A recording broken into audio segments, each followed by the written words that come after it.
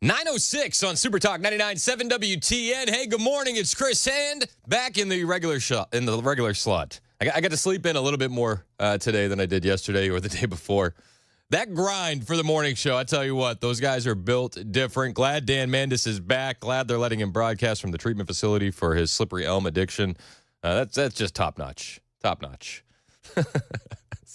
You can't appreciate a better supporting health staff than that, for sure. No, you can't. You can't. I mean, just the best. I just love the fact that people actually believe that Dan was in a treatment facility for tea. For throat coat. I just picture. You ever watch the movie Half Baked? Yeah. And Dave Chappelle goes into the what is it, like Narcotics Anonymous meeting? Yeah. It's like, hey, I'm Dave and I'm addicted to weed. And Bob Saget gets up and goes, you're addicted to what? Have you ever done this for weed? And it's like, well, no. It's like, well, then you're not addicted to anything. Like, of course, Dan's not addicted to tea. Yeah. I guess. He can stop anytime he wants to. Anytime he wants. Anytime he wants. We got a lot to get to today. You know, we've had a busy couple of days, man. It's been wild. John Amachukwu went to the Murfreesboro City School Board meeting the other night and was reading from some books that they shouldn't be having in libraries for young kids. And WKRN decided to cover it, and they left out some notable things to make it seem like Pastor John Amachukwu was the bad guy. I don't think he's a bad guy at all. We'll talk about that. Plus, we'll have Caleb Tidwell from Rutherford County School Board. He'll be joining us at 11:35, and I have a lot of questions about him. It doesn't have much to do with what happened with John, but just like I have questions around school boards and how books get into the schools. And Caleb is nice enough to join us. I think Caleb Tidwell is a good guy. I've spoke with him before, and he'll break down how books get into the library, how we can get books out, how do school board members get appointed, how can we primary school board members, how do we get them out? How do we get them out? I have a lot of questions.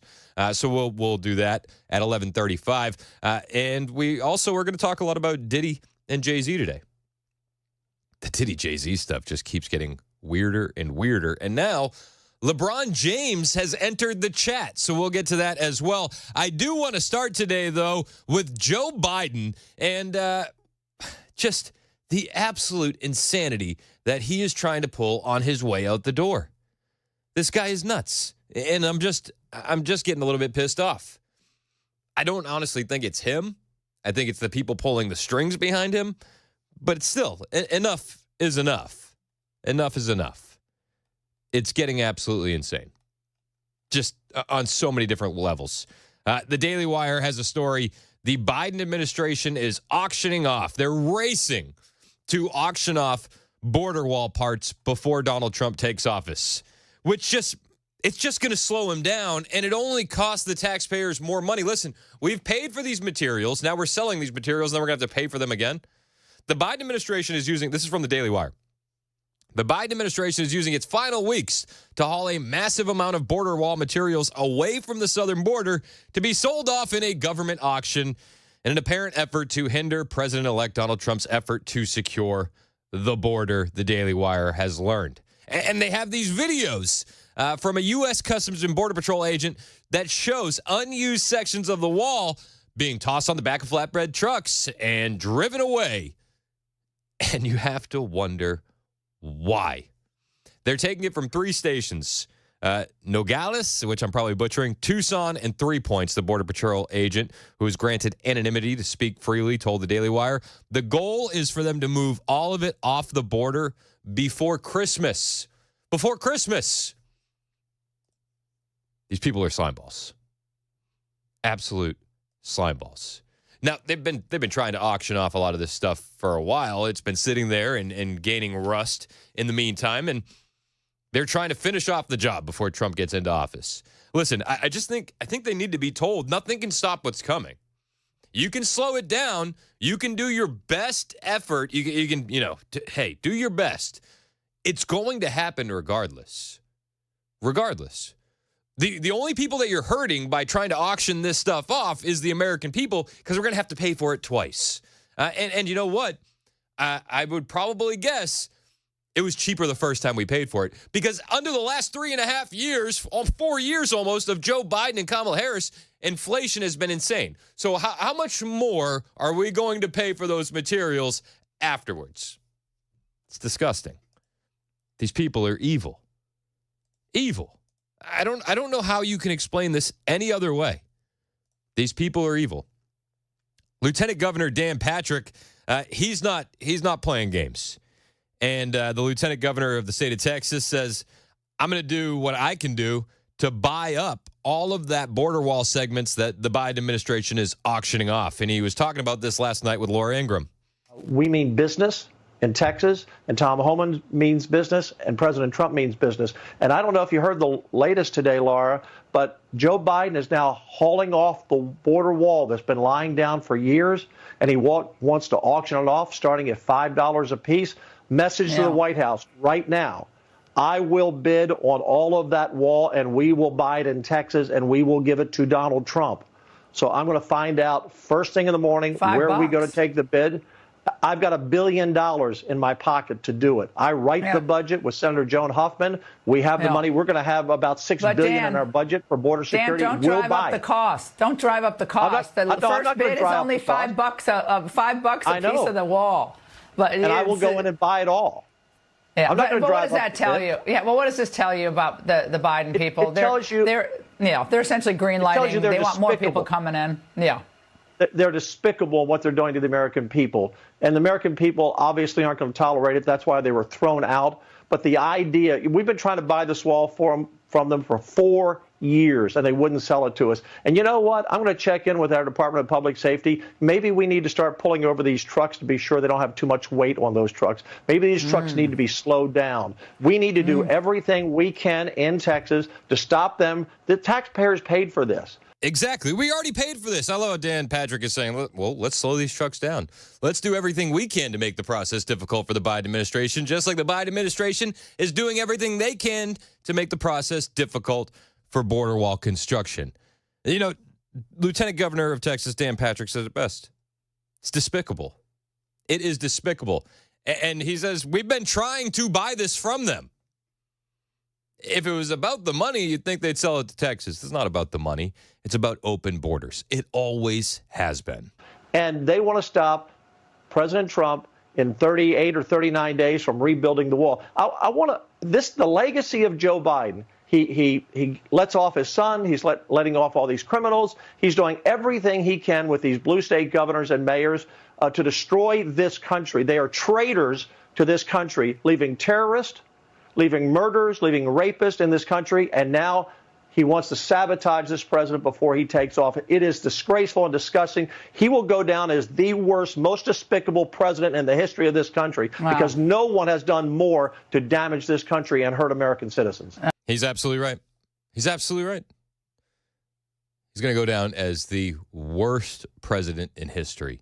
Nobody has done more to hurt this country than Joe Biden. It's just wild. Wild. Well, let's sell everything. Let's sell everything. Not to Texas. Let's just get rid of it before we can. Insanity. Insanity. You know, while the Biden administration tries to Trump-proof everything, you do have states waking up. Mayor Eric Adams in New York, he's waking up, and he understands what needs to be done. And now in New York City, they're going to be closing one of the most infamous migrant shelters before the new year. Floyd Bennett Field, the soccer field that they took away from the kids to house migrants, that's going to close in January as immigration slows ahead of the Trump term. Mayor Eric Adams said, thanks to our smart management strategies, we've turned the corner, and this additional slate of shelter closures we're announcing today is even more proof that we're managing this crisis better than any other city in the nation. It's like, all right, yeah, maybe. But it's the most controversial migrant shelter in New York City. It's going to be closing in January, and I say good. We got to let the migrants hit bottom. That's the only way they're going to want to self-deport. Closing these shelters is a good thing. You're going to force them to hit that rock bottom.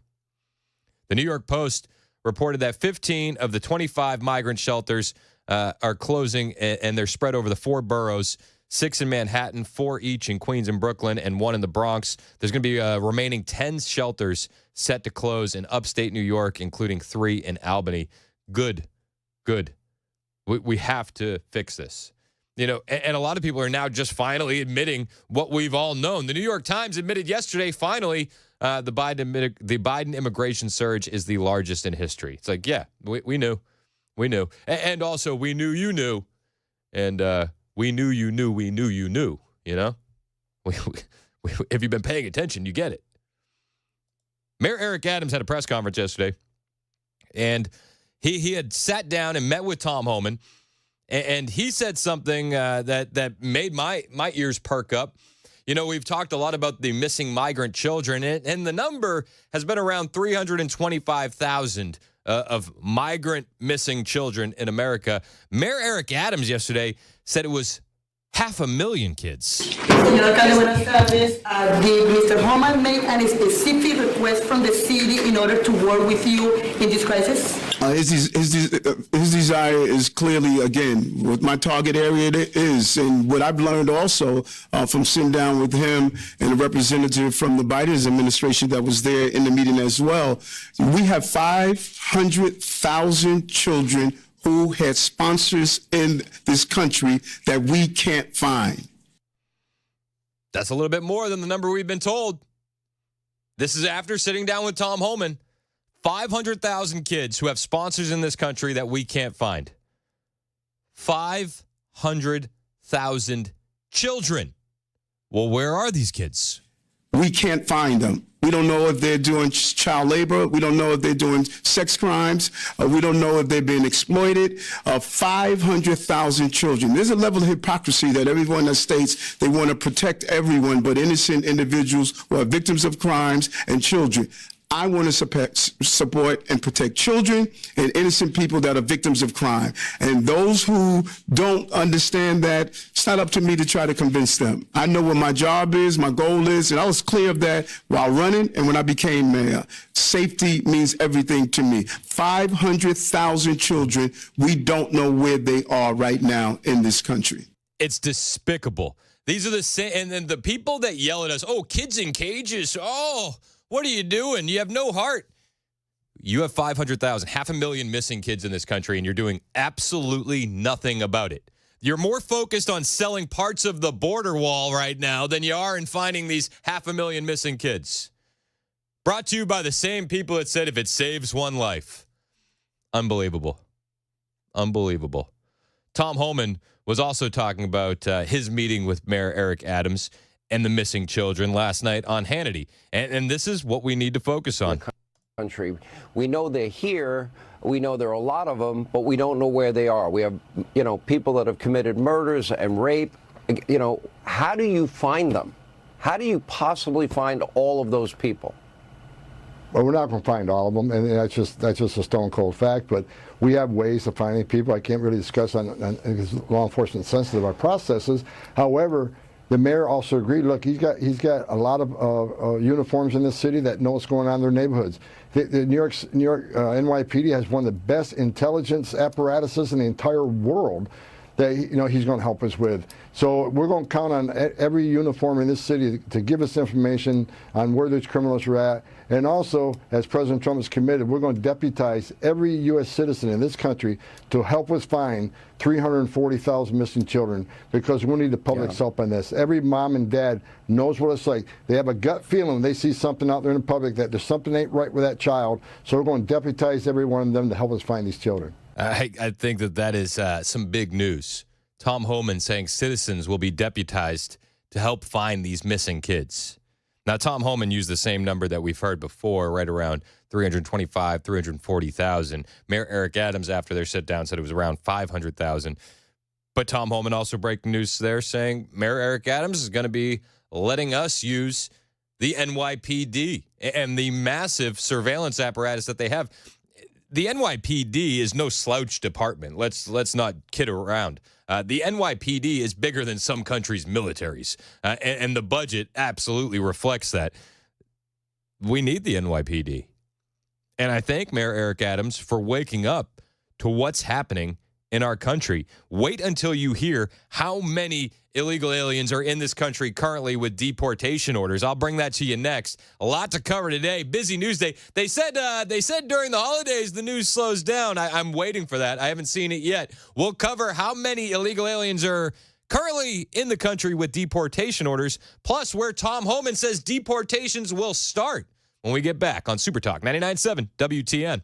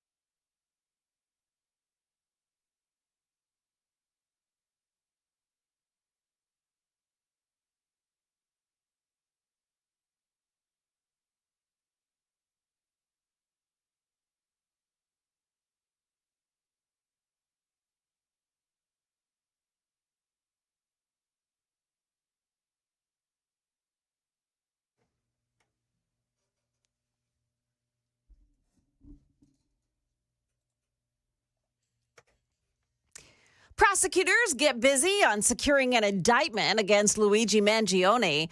Also, it looks like big tech companies want a better relationship this time with Donald Trump. Those stories at 9:30 on Super Talk 99.7 WTN. If I was Trump, I'd say too bad. Yeah. Use True Social. 1.4 million illegal aliens currently in the country with deportation orders. 1.4 million. With the paperwork saying you got to leave. It's a good place to start if I'm Tom Homan. The Internal Immigration and Customs Enforcement data has revealed the nationalities of over 1.4 million illegal immigrants who have been ordered to be deported by an immigration judge but remain in the U.S. without being in ICE custody. Among these individuals, we got significant numbers from Brazil, almost 40,000. China has about 37,000, Haiti 32,000, and other countries with notable representation include Venezuela, India, Pakistan, Iran, Afghanistan, and Uzbekistan. Yeah, that's pretty good. It's pretty good. It's a good place to start. Tom Homan says he knows exactly where he's going to start when it comes to deportations. And he says they're going to start in Chicago. And he warns the mayor to steer clear. I love Tom Homan. I love it that he has a spine of absolute steel. And he says in Chicago on Tuesday, he was there, and he delivered what they're calling a shot across the bow to the sanctuary supporting leaders of the city. Homan directed his fire in particular to Mayor Brandon Johnson and told the left-wing mayor that he will be arrested and prosecuted if he stands in the way of Trump's mass deportation plan. He said, Chicago's in trouble because your mayor sucks and your governor sucks. Fact check that one, Snopes, please. Please, I would love to hear it. The incoming Trump official noted that the president-elect has put him in charge of the largest deportation effort ever, and he intends to run that campaign straight through Chicago, saying, and I quote, "We're starting right here in Chicago, Illinois. If your Chicago mayor doesn't want to help, he can step aside. But if he impedes us, if he knowingly harbors or conceals aliens, I will prosecute him." Good. And I hope he presses them on this. I do.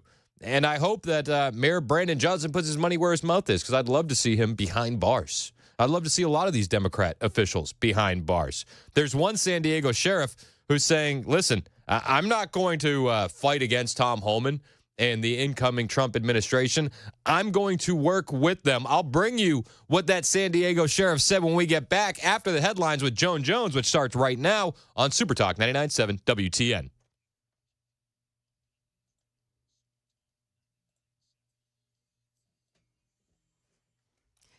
Well, hello there. It is now 9:30, and I'm Joan Jones with your top stories. We're sitting at 40 degrees and overcast skies now. We've got your forecast coming up.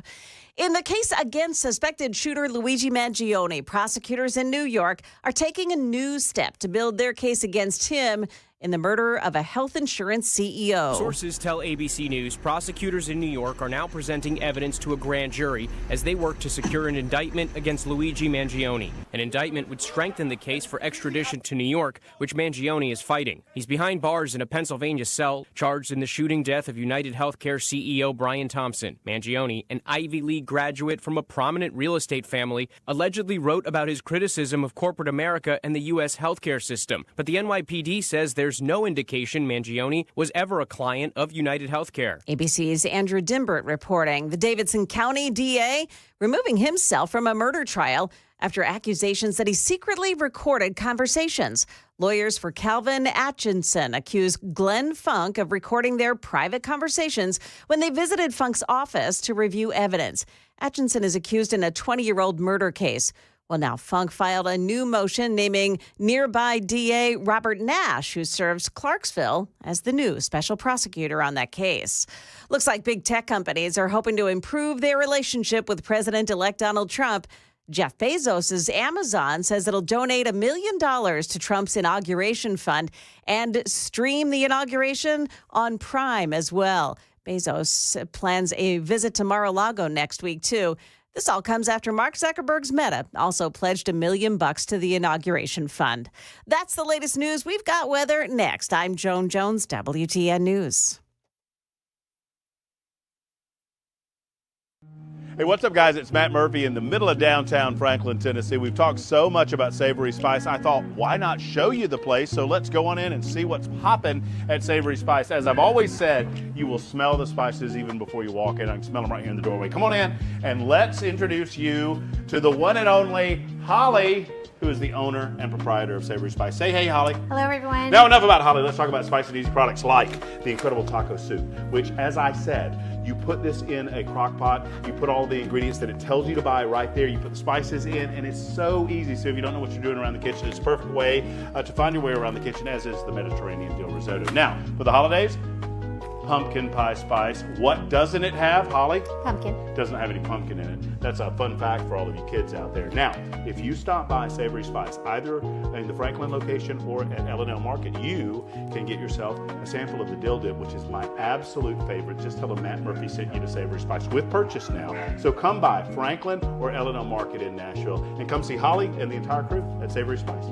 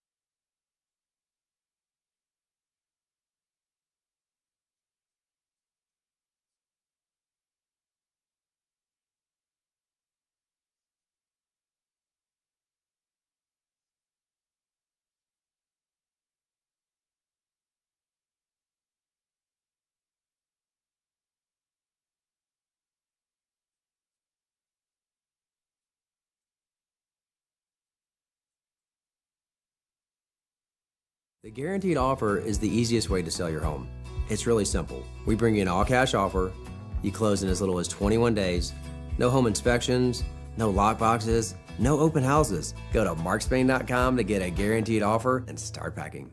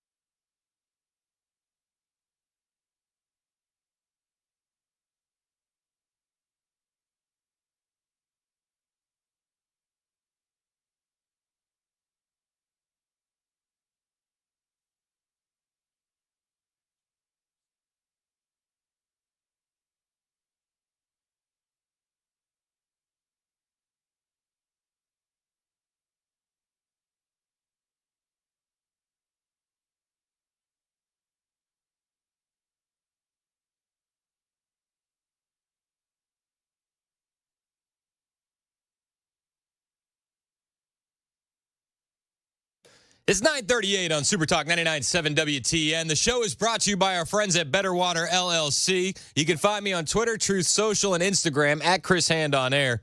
On Monday, San Diego County, California, they voted to become a super sanctuary county. Not just a regular sanctuary county, but a super sanctuary county with a vote of 3-1 to embrace this radical policy. They say this reckless measure not only goes far beyond California's already extreme sanctuary state laws, but actively endangers the communities because it shields illegal aliens from deportation. And they say, consider this, under this new policy, law enforcement is prohibited from notifying ICE about individuals in custody who have committed violent and heinous crimes, including rape, stalking, assault and battery, burglary, child abuse, and more.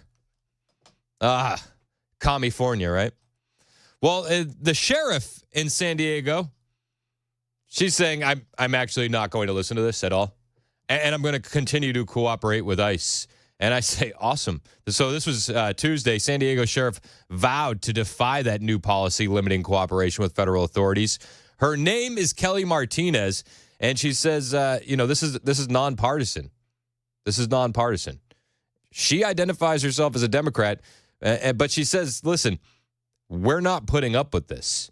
And she says she's not going to adhere to the super sanctuary city policies approved by the San Diego County Board of Supervisors, pointing out that she is independently elected and that she's just not going to do it.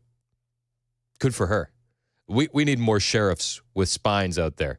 I had mentioned a moment ago that Tom Homan says we're going to start the deportations in Chicago. Jackie on the super text line at 615-737-9986. She goes, why is Nashville out of the loop?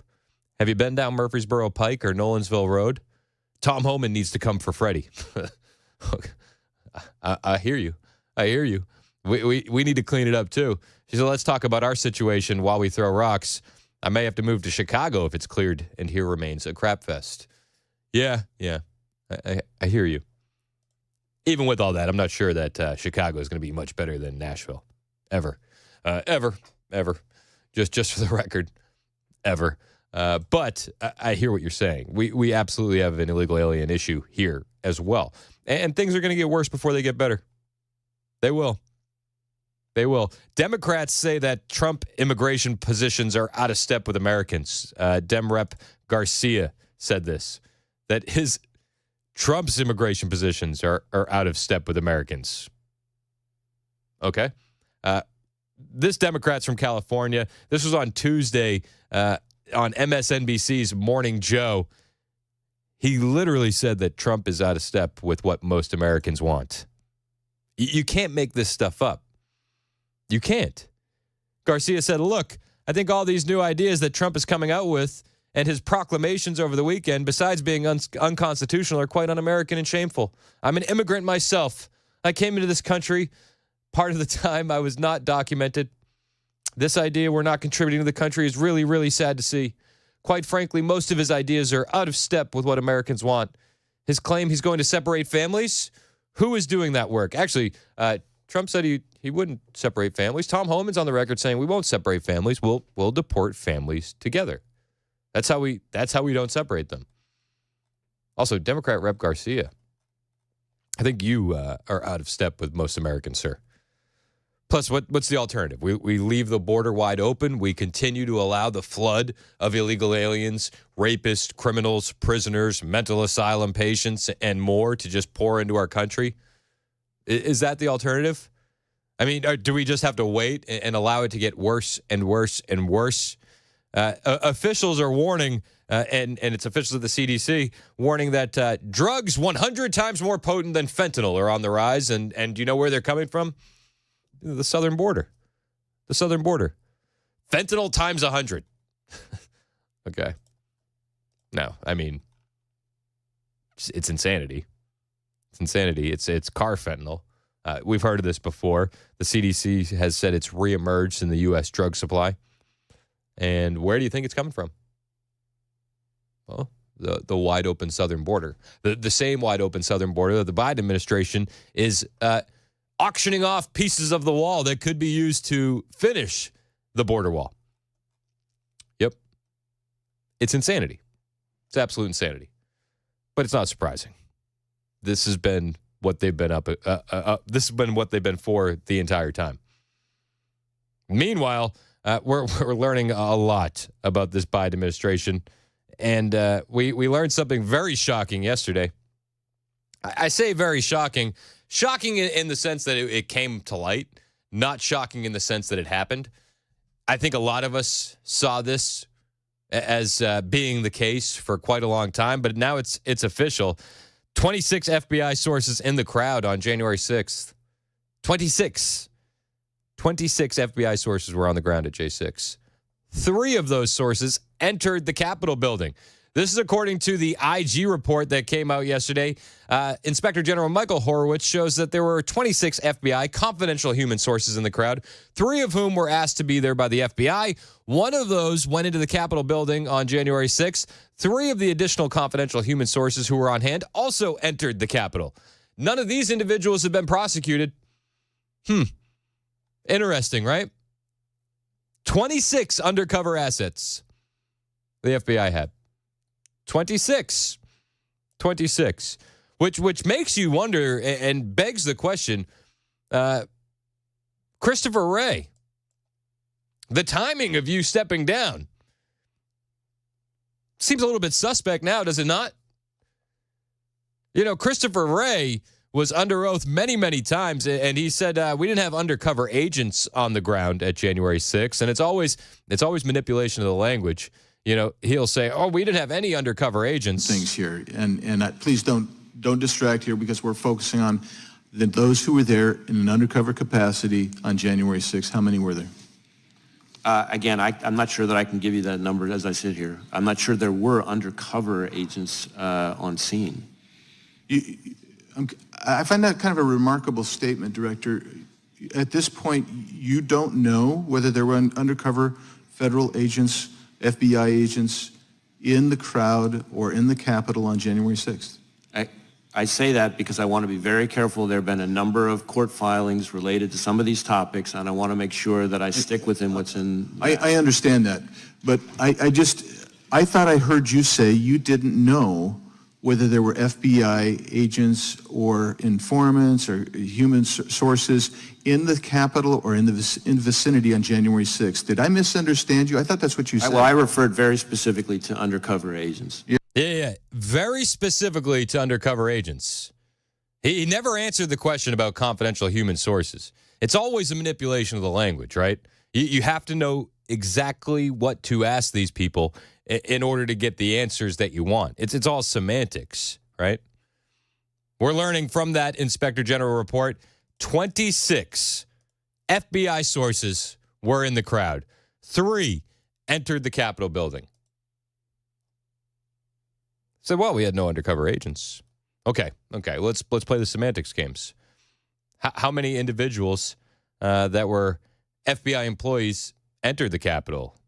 Right? I think that's a good question to ask. It's a question that he was asked in the summer of 2023.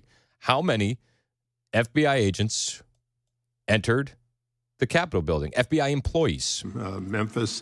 How many individuals were either FBI employees or people that the FBI had made contact with were in the January 6th entry of the Capitol and surrounding area?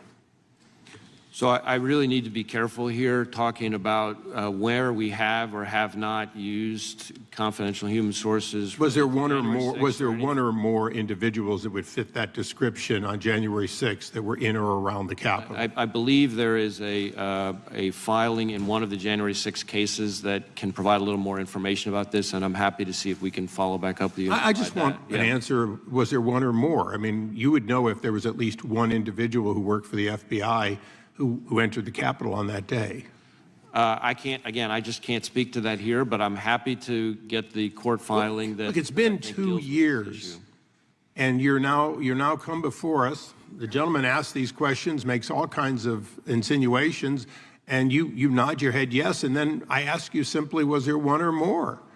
And you won't answer that. So I'm going to make the assumption that there was more than one, more than 5, more than 10, and that you're ducking the question because you don't want to answer for the fact that you had at least one and somehow missed understanding that some of the individuals were very dangerous and that there were others inciting individuals to enter the Capitol after others broke windows. So, see how he ducks that question?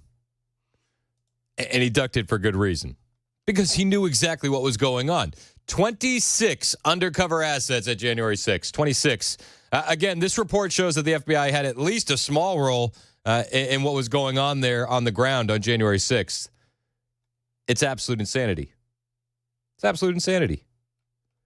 We knew about all this. They called us conspiracy theorists. Remember that? Remember when we were conspiracy theorists for thinking feds were in the crowd on January 6th? We're conspiracy theorists. Well, they're not undercover agents. They're confidential human sources. Oh, okay. J.D. Vance commented on this on Twitter, and he said just what we all think. He said, for those keeping score at home, this was labeled a dangerous conspiracy theory months ago. That's our vice president. Wild. 26 FBI sources in the crowd on J6th.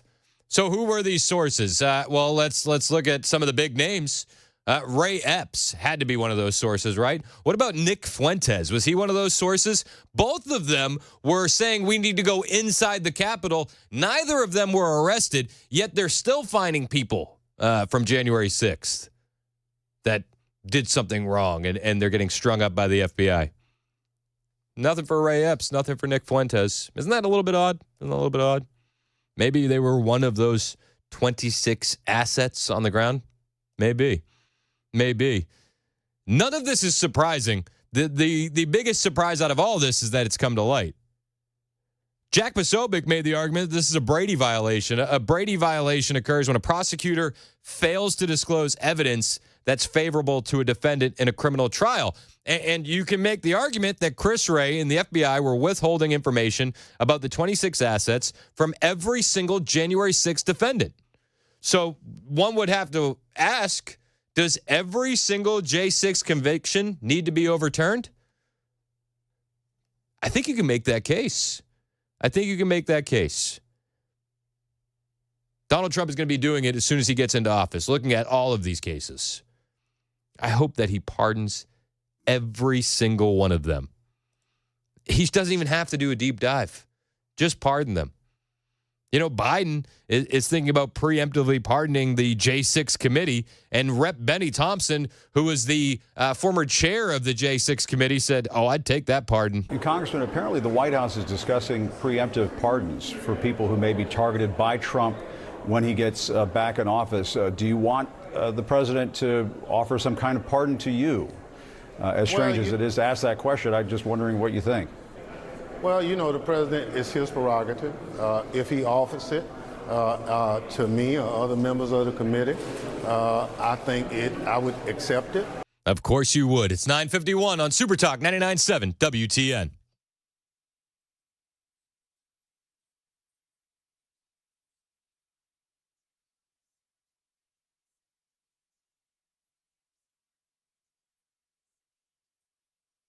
I do everything from scrubbing cages to asking people for donations to answering the phones and helping facilitate getting animals to the rehab. I'm there on the weekends, up there taking care of animals with the team. You got a great team there. It's a small team, but a great team that works together. And I started about 20 years ago. My dear friend Carol Burgess founded Harmony in Fairview. Okay. And we decided to reopen it in West Nashville. And we are rocking along. Lots of animals. One of the primary calls that we get are, I found a bird, it's on the ground, what do I do? And in most situations, you should let it alone unless there's an imminent danger to that animal, because the parents are helping it and feeding it, and it just needs a couple of scary days on the ground until it gets back up into flight.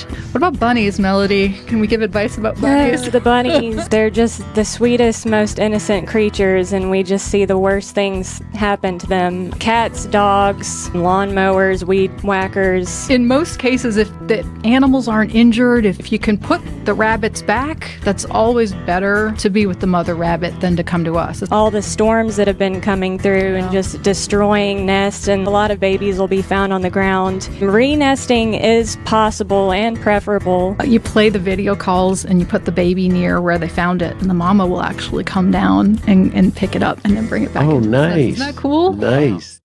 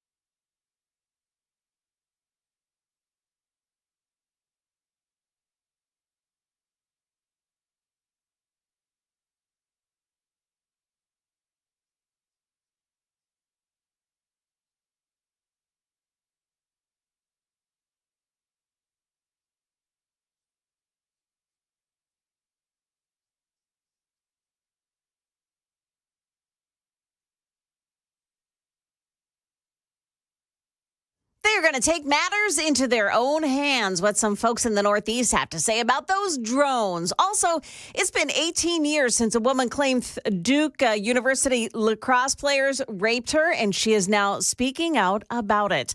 Got those stories coming up at 10 o'clock on Super Talk 99.7 WTN. Have the Jersey residents been watching the video of Florida man versus Walmart drone? They probably should, right? I mean, they got to talk to that guy. He said he was a good shot. He only fired once. That's right. And they said he hit it. That's all you need. That's all you need.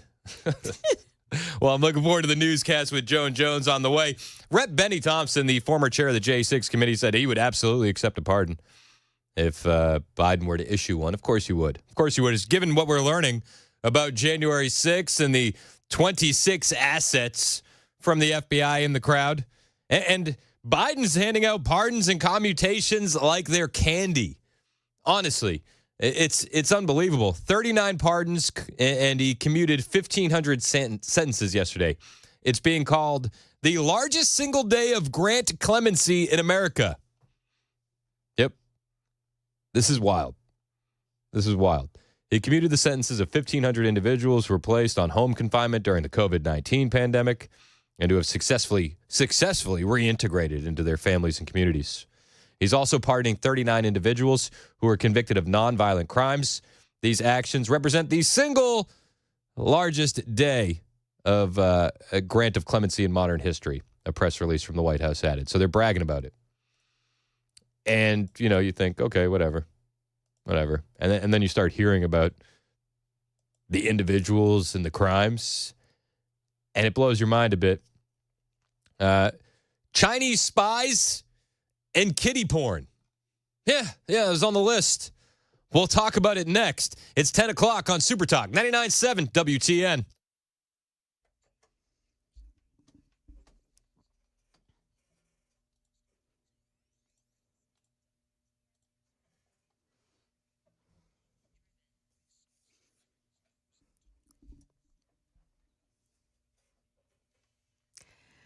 Well, good morning. It's 10 o'clock now. I'm Joan Jones with your top stories. It's overcast right now and 40. We're headed up to 53 today. Well, if they don't take care of it, some Northeast residents are saying that they will take the drones flying over their state into their own hands. Posting in a Facebook group dedicated to solving the drone mystery now show some are going to take their shotguns out tonight and attempt to shoot down the aircraft that are flying above their homes. Meantime, New York and New Jersey senators are demanding federal agencies brief them immediately. The White House, FBI, and Homeland Security downplaying any potential threat to public safety or national security. The Biden administration saying it has no evidence that these aircraft were sent by a foreign adversary. That's ABC's Ariel Reshef. Now, she also reports that an expert tells ABC News that the fact that these aircraft have flown freely near sensitive areas may indicate that they're not foreign and that the military is aware. Prosecutors in Texas are seeking the death penalty for the two illegal immigrants from Venezuela accused in the killing of 12-year-old Jocelyn Nungary in June. Franklin Pena and Johan Martinez Rangel are charged with kidnapping, raping, and murdering the girl and leaving her body under a bridge. The woman who accused 3 Duke University lacrosse players of raping her in 2006 now admits that it was all a lie. I testified falsely against them by saying that they raped me when they didn't, and that was wrong. And I betrayed the trust of a lot of other people who believed in me, and made up a story that wasn't true because I wanted validation from people and not from God. That is Crystal Mangum, who is now 46 years old and serving time in prison for stabbing and killing her boyfriend in 2011. She made the revelations in a podcast this week and asked for forgiveness. No response so far from those lacrosse players. The Murfreesboro Boy Scout troop selling Christmas trees at a local church say that someone has ripped them off.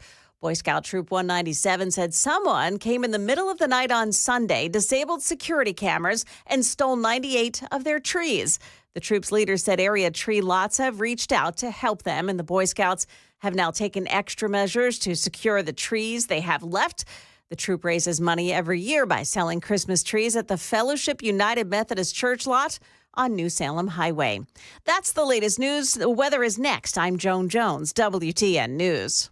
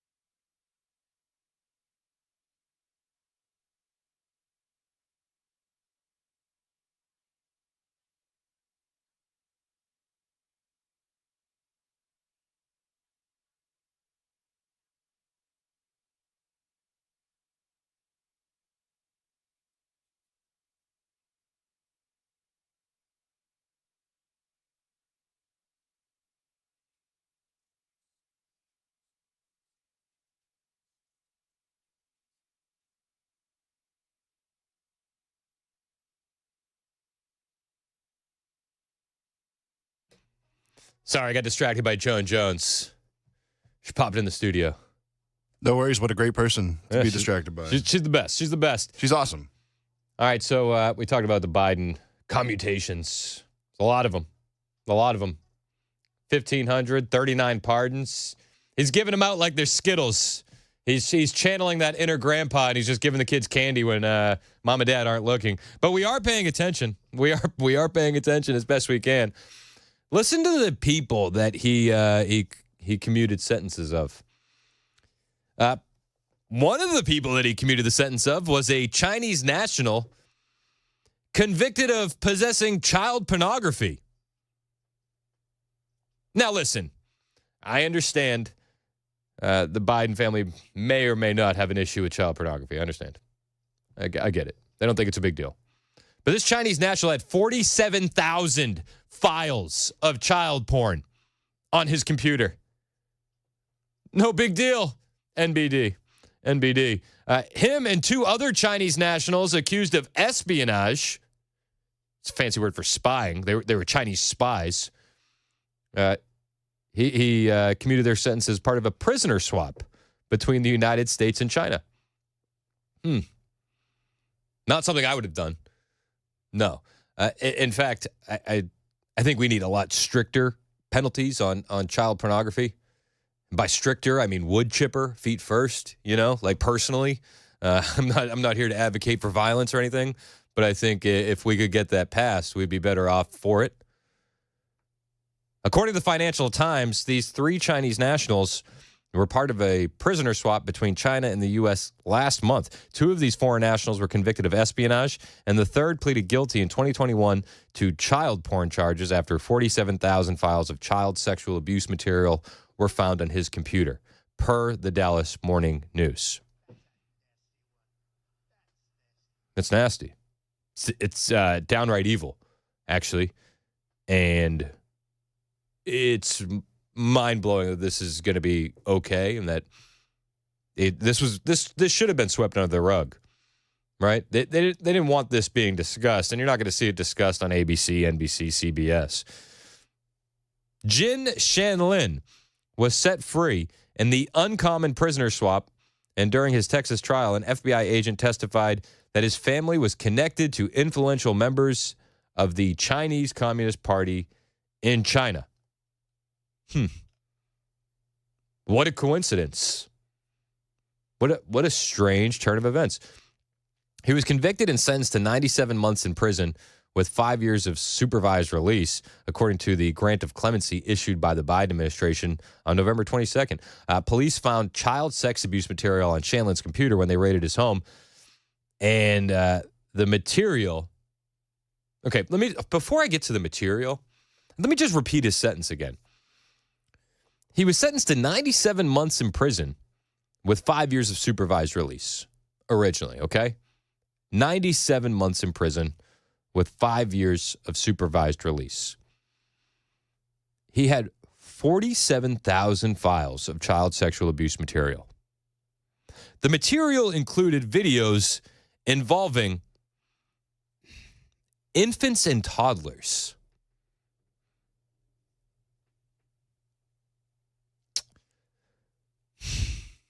Wood chipper feet first, right? Yeah. When Shanlin was released, Chinese Foreign Ministry Representative Mao Ning said this once again demonstrates that China will never abandon its compatriots under any circumstances, and the motherland will always be their strong support. This is vile. We shouldn't be returning this person to China. We should be returning this person to hell. This should be a death sentence. It should be. 97 months. Like, take the Chinese aspect out of it, right? Take the Chinese foreign national aspect. Take the prisoner swap out of it. You have 47,000 files of child abuse material on your laptop, including videos involving infants and toddlers. 97 months is a slap on the wrist. This is absolutely evil. 97 months, a little over 8 years for child pornography videos in the thousands, 47,000 involving infants and toddlers. And we sent him back home. We sent him home. The Biden administration's okay with this. The Biden administration has been okay with this. The Biden administration wasn't even going to tell you about this. This is disgusting. This is vile. Joe Biden and his administration and the Democrats are okay with this. Absolutely mind-blowing. That was one of the three. The other two were spies, and they were convicted on charges relating to espionage. One of the spies was sentenced to 8 years in prison. He had been caught trying to gather defense technology for China's State Department with the other guy as a co-conspirator. Totally fine. Let's send him home. China claimed that the three were wrongfully detained and were brought back because of the tireless efforts of the Chinese government. The grants of clemency to the three Chinese nationals have brought heightened scrutiny against the Biden administration online, along with the president's recent blanket pardon of his son, Hunter Biden. Does the Biden administration care about children at all? Do Democrats care about children at all? We got 500,000 missing kids because of the wide open southern border. Sold into what? Child labor, sex slavery, human trafficking. No big deal. No big deal. We have a Chinese spy that's being returned home, 47,000 files of child sexual abuse material on the laptop, including kids that were infant and toddler age. No big deal. No big deal.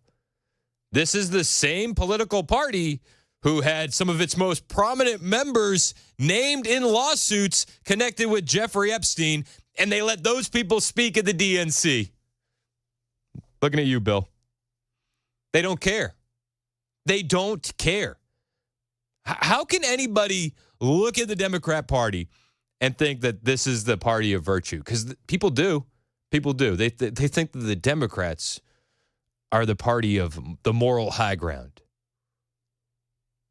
It's disgusting. Absolutely disgusting. And these people will be covered for, and they will look the other way every chance they get. Wild. Absolutely wild. Not surprising. Not surprising.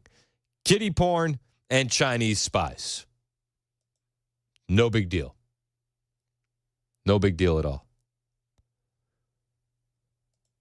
This is vile.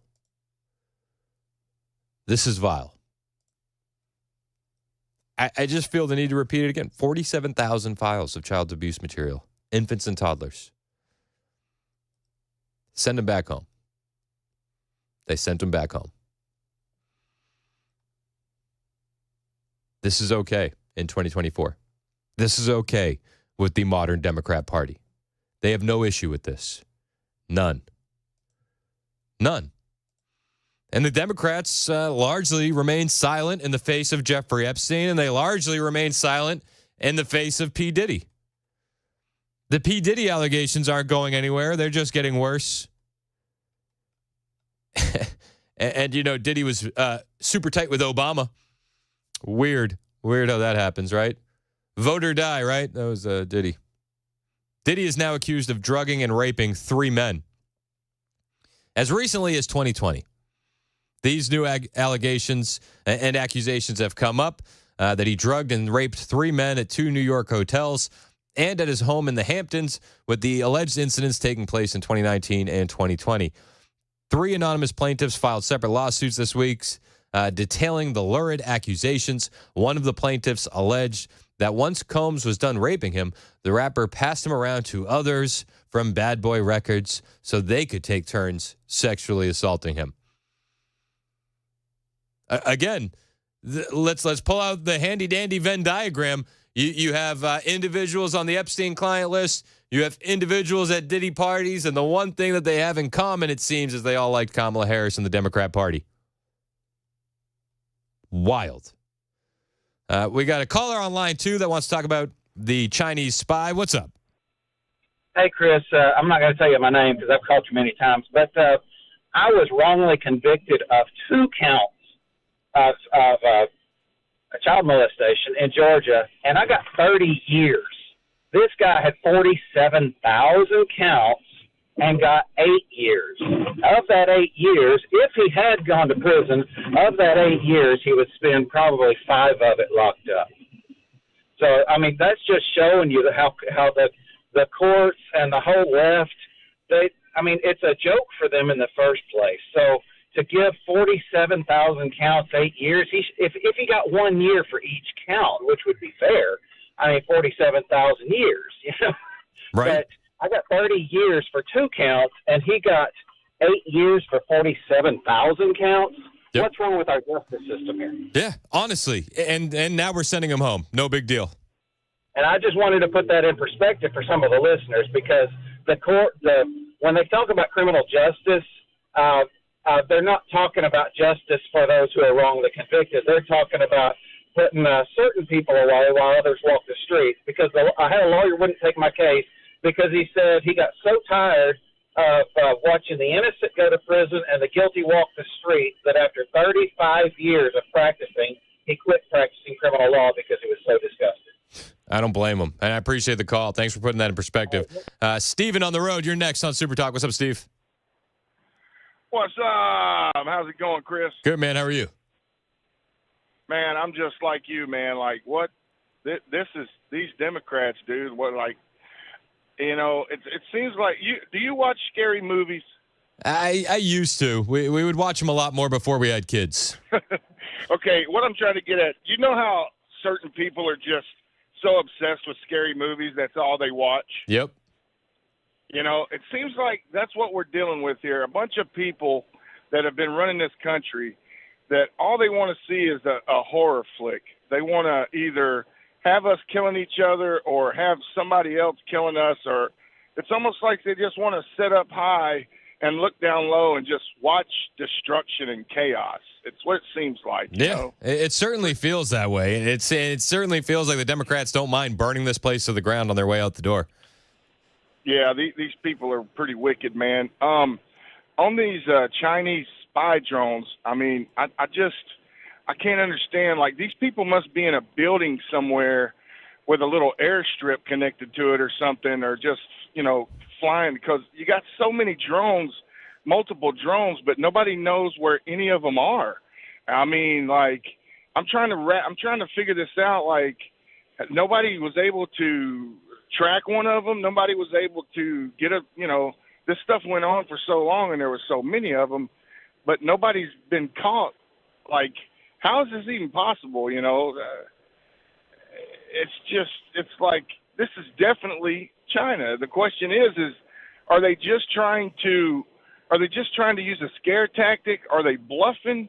Or are they getting ready to do something? And I'm leaning more towards, I think they're getting ready to try to do something.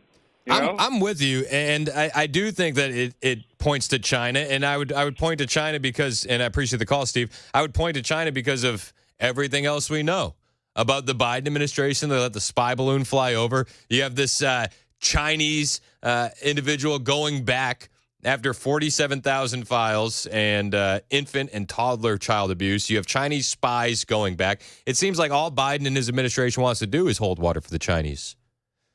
That's all they want to do. They let the spy balloon fly over the entire country, and it wouldn't shock me if these drones in New Jersey were China and they were looking the other way automatically because it was China.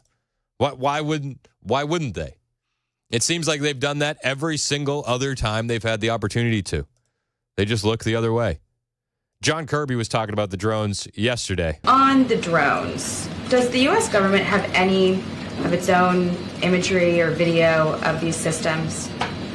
I'm not aware that we have U.S. government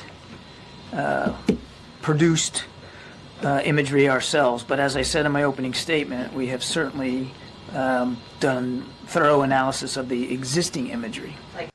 They've done all their research except for their own research. Don't worry. From people's cell phones that we're seeing. Basically, with what you're looking at, how can you credibly tell people that there is no public safety threat, there's no national security threat, that there's no reason to believe that a foreign government is involved? Well, I mean, let's be honest. They can't. They know just about as much as you and I know. Or they know more and they're not letting us know. Because the analysis thus far, in an investigation that is ongoing, has not revealed any national security or malicious intent or criminal activity. But, Jackie, I would remind you, we're at the beginning here, not the end. There's a lot more work to be done, and we're working closely with state and local authorities to gain more information. I would argue that we're moving pretty well here.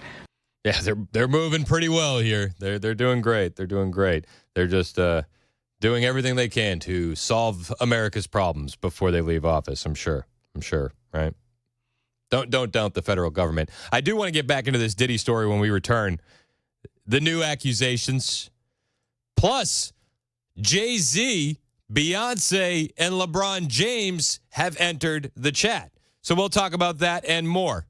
It's 1022 on Super Talk 99.7 WTN. My name is Chris Hand, and we want to wish you a Merry Christmas from the entire family at Busy Bee Plumbing, Heating, and Cooling, and they have deals better than cold milk and cookies this time of year. Busy Bee has a limited number of 14 SEER 1.5 to 3 ton split heat pumps for your home for only $6,995, and that includes everything from labor to equipment to material to warranty. This system is the perfect balance between coziness and energy efficiency in your home. Or how about this for a deal? $69 mainline camera inspection from Outside Cleanout, or a free package upgrade for air duct cleaning. That air duct cleaning is clutch. You buy a basic air duct package, and they'll upgrade you to the premium package for free.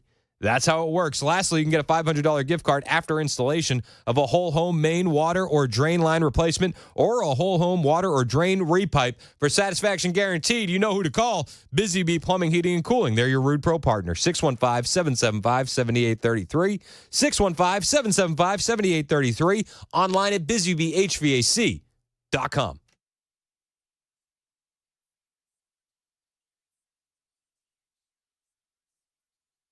The guaranteed offer is the easiest way to sell your home. It's really simple. We bring you an all-cash offer. You close in as little as 21 days. No home inspections, no lockboxes, no open houses. Go to markspain.com to get a guaranteed offer and start packing.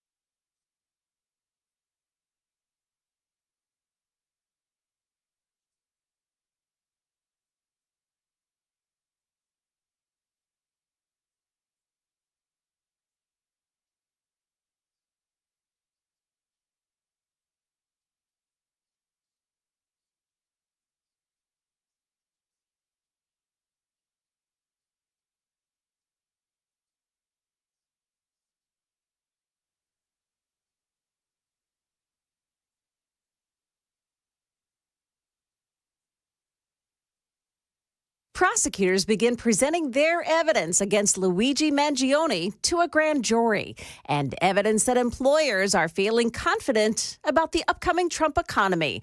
Those stories at 10:30 on Super Talk 99.7 WTN. Thank you, Joan Jones. 10:25 on Super Talk 99.7 WTN. So the Diddy allegations aren't going anywhere. They're not going anywhere. He's been accused of raping 3 men in New York hotels and at his home in the Hamptons in 2019 and 2020.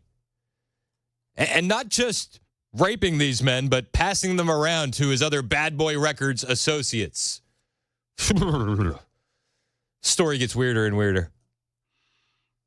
So Diddy's currently in jail. He's awaiting his trial. They say the complaints are full of lies.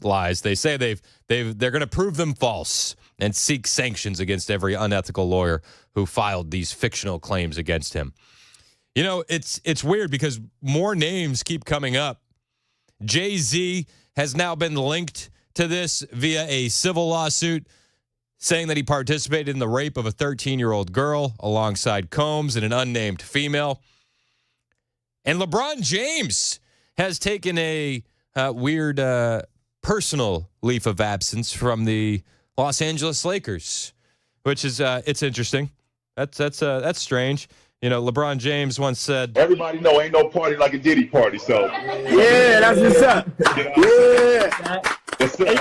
Yeah, ain't no party like a Diddy party. So I'm sure that it has nothing to do with Diddy. Now, I'm reminded there was this video, and this is right as all these accusations started coming up about Diddy. He posted like this weird cryptic video, which a lot of people said this is Diddy throwing out warning shots to other celebrities. And it was like right around his birthday. Do you remember this video that came out?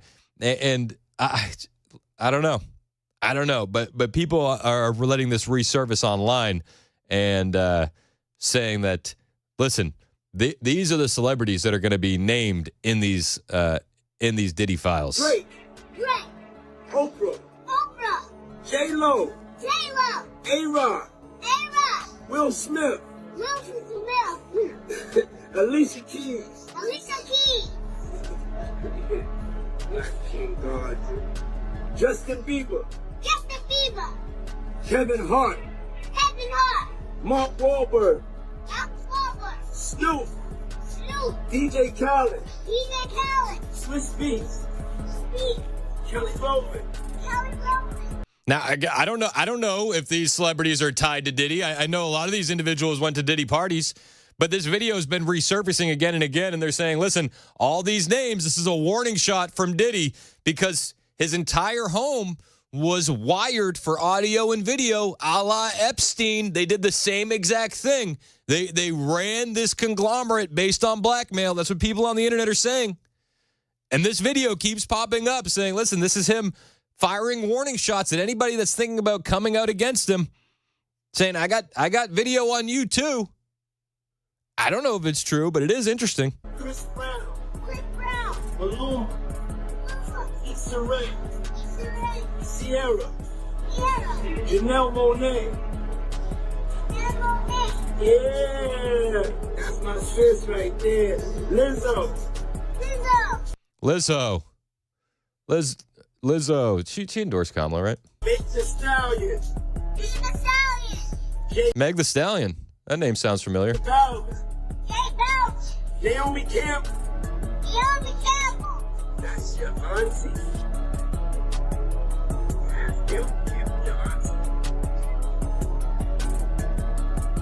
People said this video was a warning shot to all of these celebrities.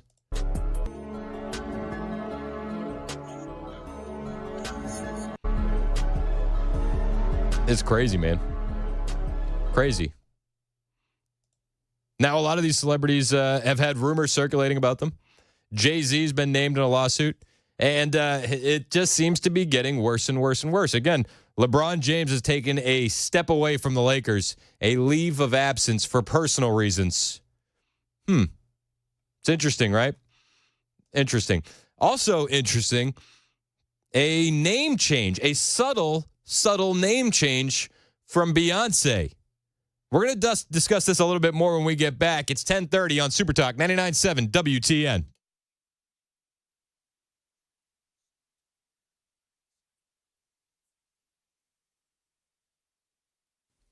$10:30 now, and I'm Joan Jones with your top stories. A grand jury is beginning to consider the evidence Manhattan prosecutors have against Luigi Mangione now as they work on getting an indictment in the killing of Brian Thompson.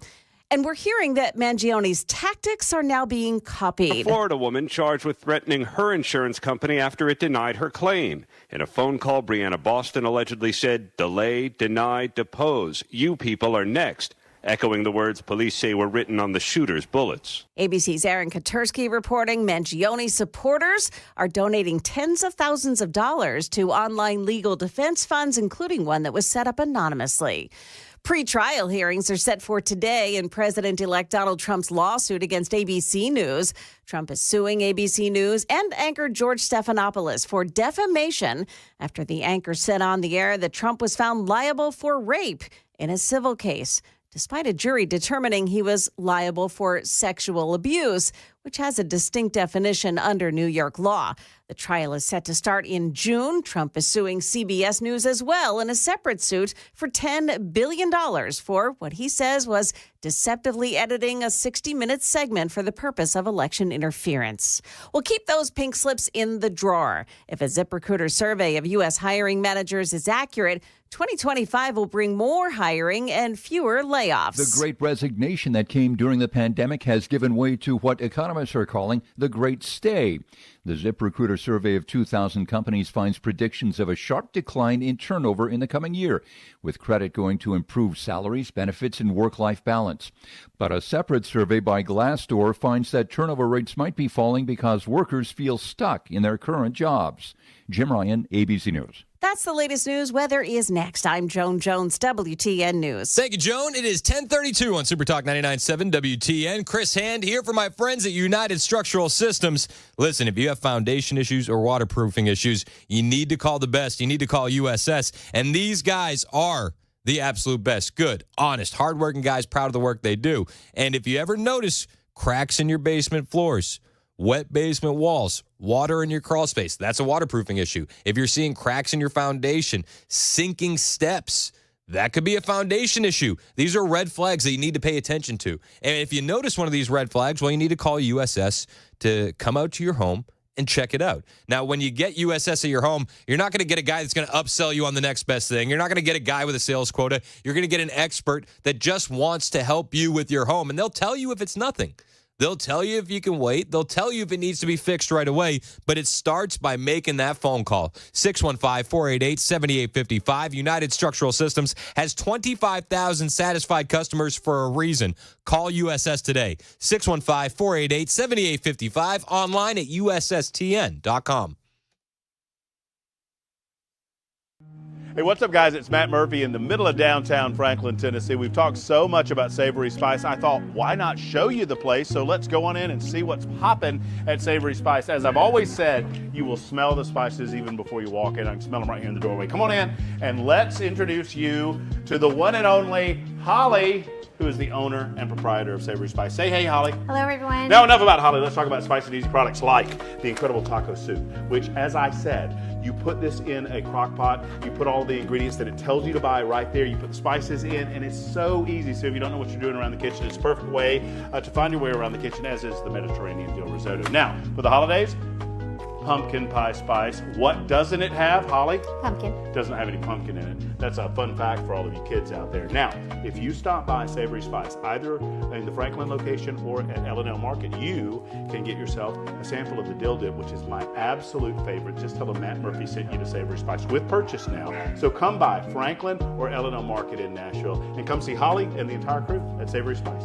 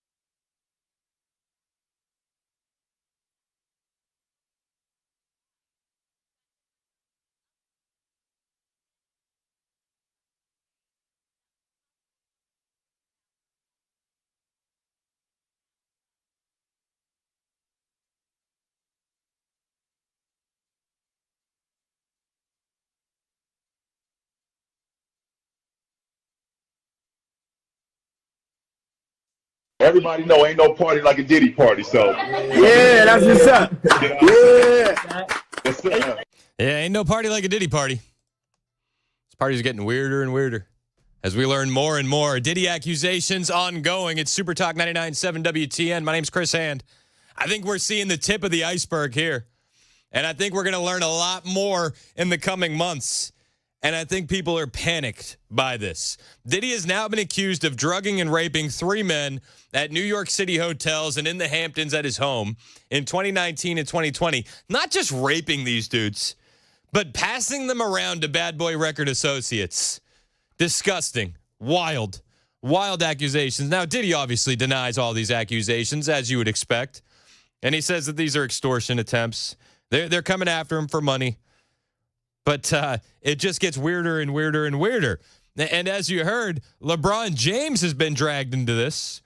Now, the LeBron rumors have been there for a while because of this clip that's been going around the internet. Everybody know ain't no party like a Diddy party, so. Yeah, that's what's up. And, it's LeBron and it's Diddy on a FaceTime. And LeBron says, ain't no party like a Diddy party. And everybody says, oh, that's a little weird. That's a little suspect. Is it not? Because we've learned about these Diddy parties. We've learned that minors get lured to these Diddy parties. And we learned that some really awful things happen. And you shouldn't accept a drink from anybody at a Diddy party. You just shouldn't. Now we're learning that LeBron is actually going to miss some time. Miss some time with the Lakers for personal reasons. Oh, that's weird. That's weird. It was just a few weeks ago that LeBron James left social media. Oh. Maybe people kept posting this clip in reply to all of his tweets, and he couldn't take it anymore. Everybody know ain't no party like a Diddy party, so. Yeah. Oh. It's weird. So speculation has run rampant now. Breitbart has the story. LeBron James's absence during the Lakers win over the Trailblazers after the game. Lakers coach J.J. Redick acknowledged his missing superstar, but did not specify why he was absent. He said LeBron is not with the team right now. He's out for personal reasons. This is an excused absence. More ominously, J.J. Redick, the coach of the Lakers, said James would take some time, suggesting that his absence could stretch across several games.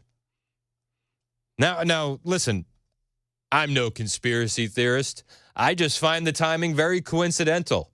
It was just a few days ago that Kobe Covington called LeBron James out. I want to ask LeBron, what does he mean by there's no party like a Diddy party? Kobe Covington is a UFC fighter. Kobe Covington, and all the UFC fighters are pretty based. I mean, they just say what they want to say because who's going to tell them no? I know you're not, and I'm not, which I really like. They have that kind of F-you attitude, and I'm a big fan of it. So Kobe Covington, he's at a press conference at one of these UFC events, and he says, hey, LeBron, I have some questions. I want to ask LeBron, what does he mean by there's no party like a Diddy party?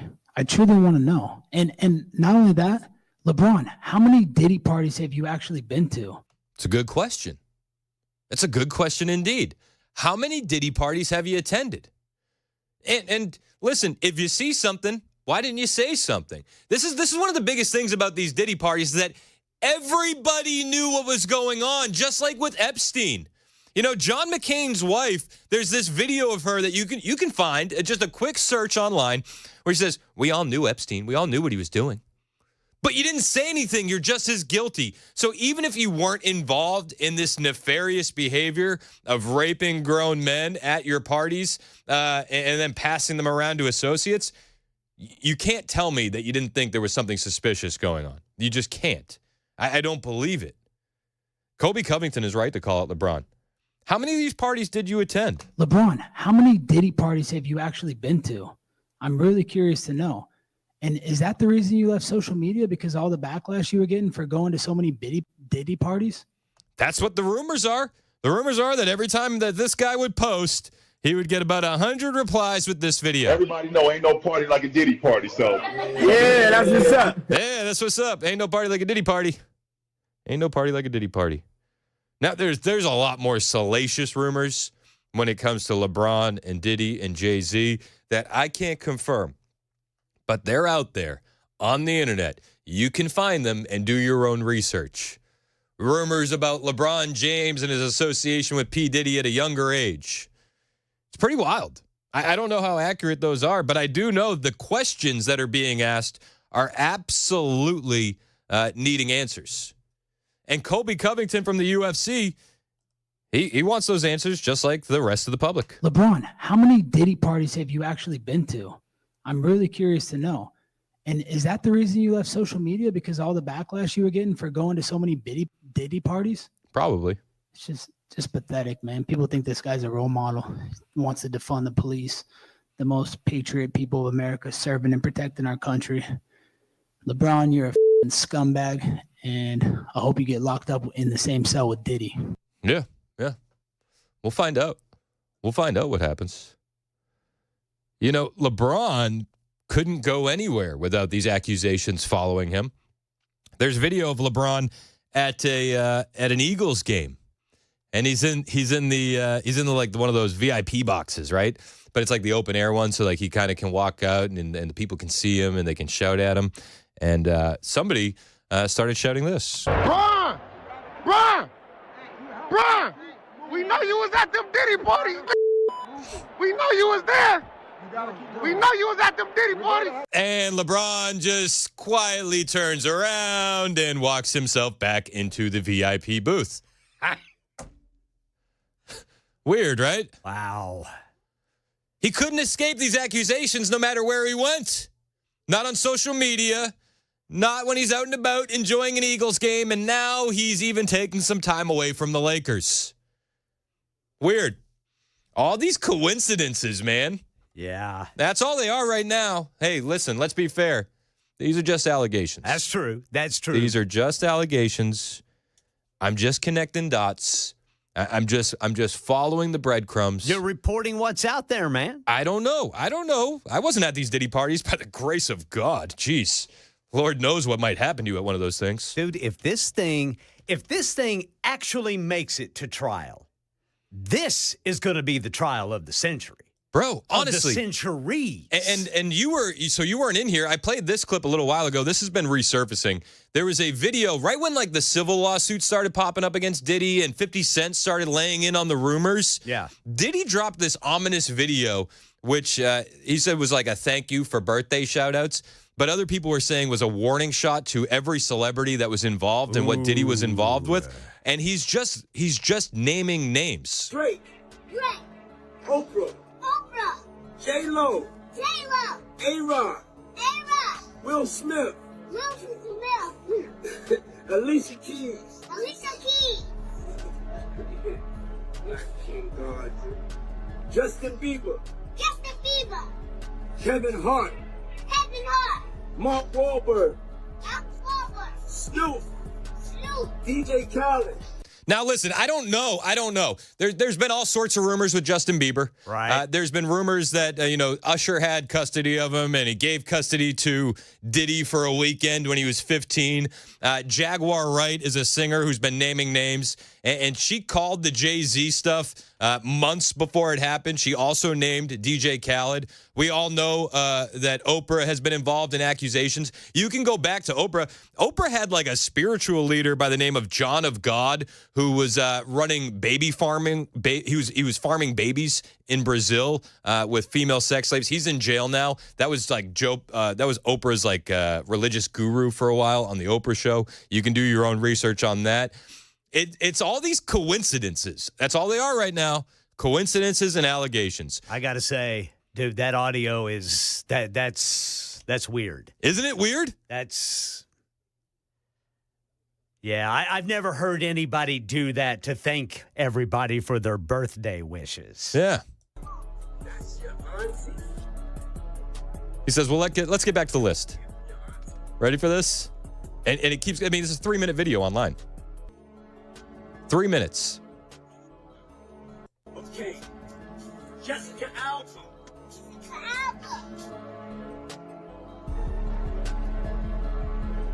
Million King.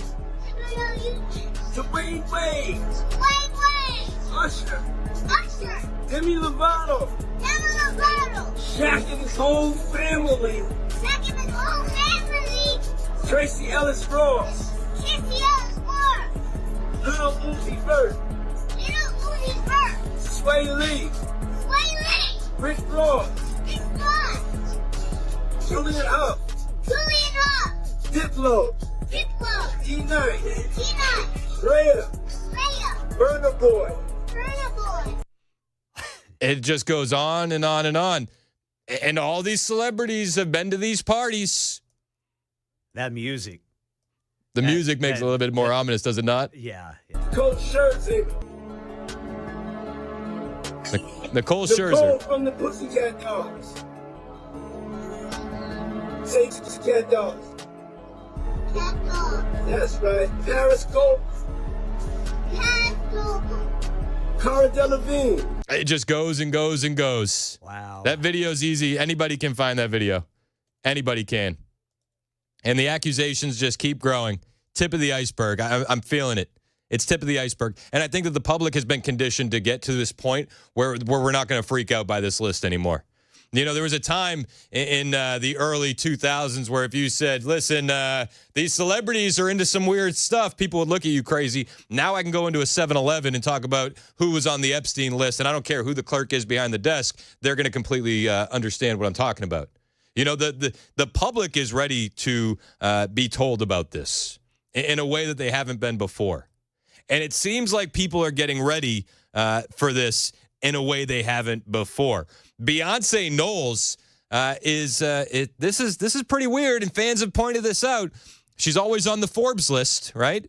And Beyonce fans were shocked because Forbes dropped the name Carter, which is Jay-Z's last name, from Beyonce when she's on the list.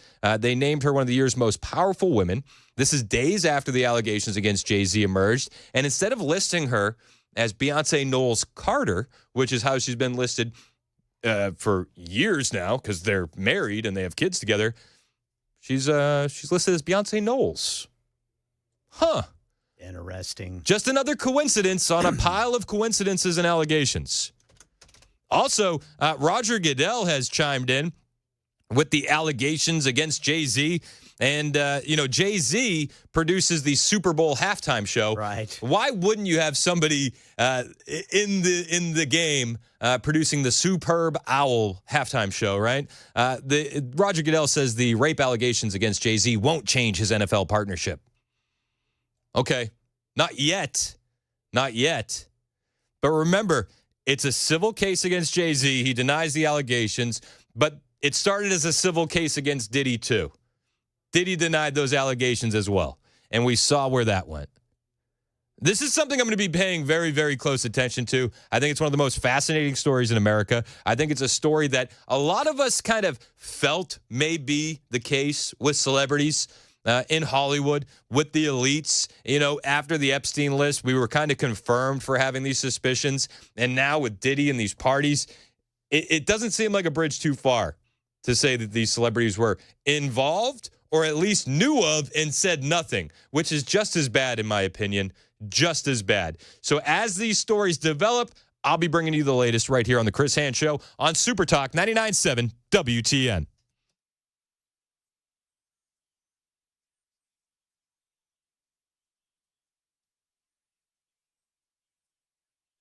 I do everything from scrubbing cages to asking people for donations to answering the phones and helping facilitate getting animals to the rehab. I'm there on the weekends, up there taking care of animals with the team. You got a great team there. It's a small team, but a great team that works together. And I started about 20 years ago. My dear friend Carol Burgess founded Harmony in Fairview. Okay. And we decided to reopen it in West Nashville. And we are rocking along. Lots of animals. One of the primary calls that we get are, I found a bird, it's on the ground, what do I do? And in most situations, you should let it alone unless there's an imminent danger to that animal, because the parents are helping it and feeding it, and it just needs a couple of scary days on the ground until it gets back up into flight. What about bunnies, Melody? Can we give advice about bunnies? The bunnies, they're just the sweetest, most innocent creatures, and we just see the worst things happen to them. Cats cats, dogs, lawnmowers, weed whackers. In most cases, if the animals aren't injured, if you can put the rabbits back, that's always better to be with the mother rabbit than to come to us. All the storms that have been coming through and just destroying nests, and a lot of babies will be found on the ground. Re-nesting is possible and preferable. You play the video calls and you put the baby near where they found it, and the mama will actually come down and pick it up and then bring it back. Oh, nice. Isn't that cool? Nice.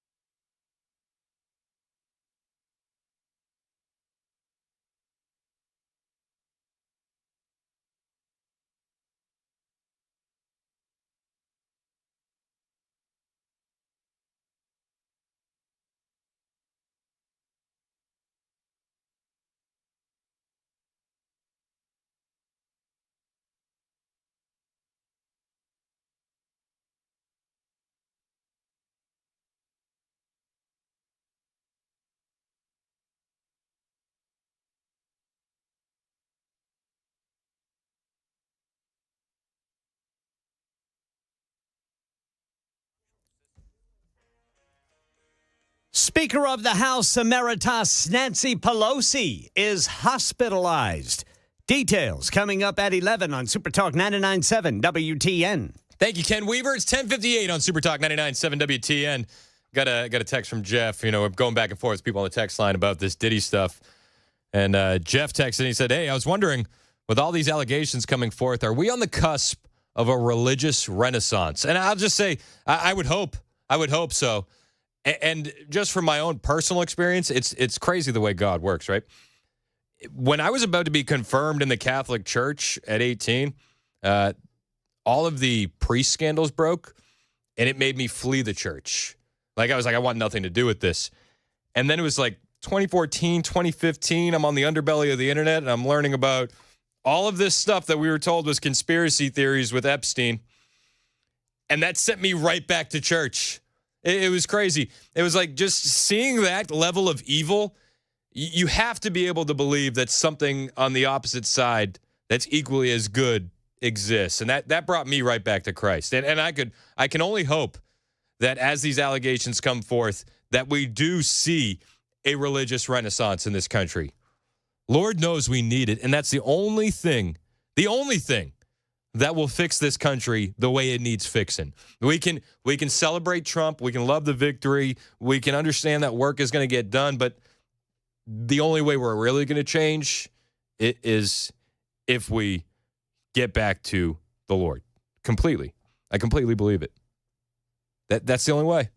That's the only way. On the way, 11:35, Caleb Tidwell from Rutherford County School Board is going to be joining us. I have a lot of questions about him. For him, excuse me. How do we primary school board members? What's the process to get books into school libraries? This comes off the cusp of John Machukwu going to Murfreesboro City Schools and reading a book that's in their library, and the backlash that John has received from it. You see, you put this book in the library about gender ideology for 48-year-olds, nobody has a problem with it. A pastor points it out, everybody loses their mind. You got to love it. So Caleb Tidwell joins the show at 11:35. I'm going to recap what's going on with John Machukwu and what happened at Murfreesboro City Schools next. It's Super Talk 99.7 WTN.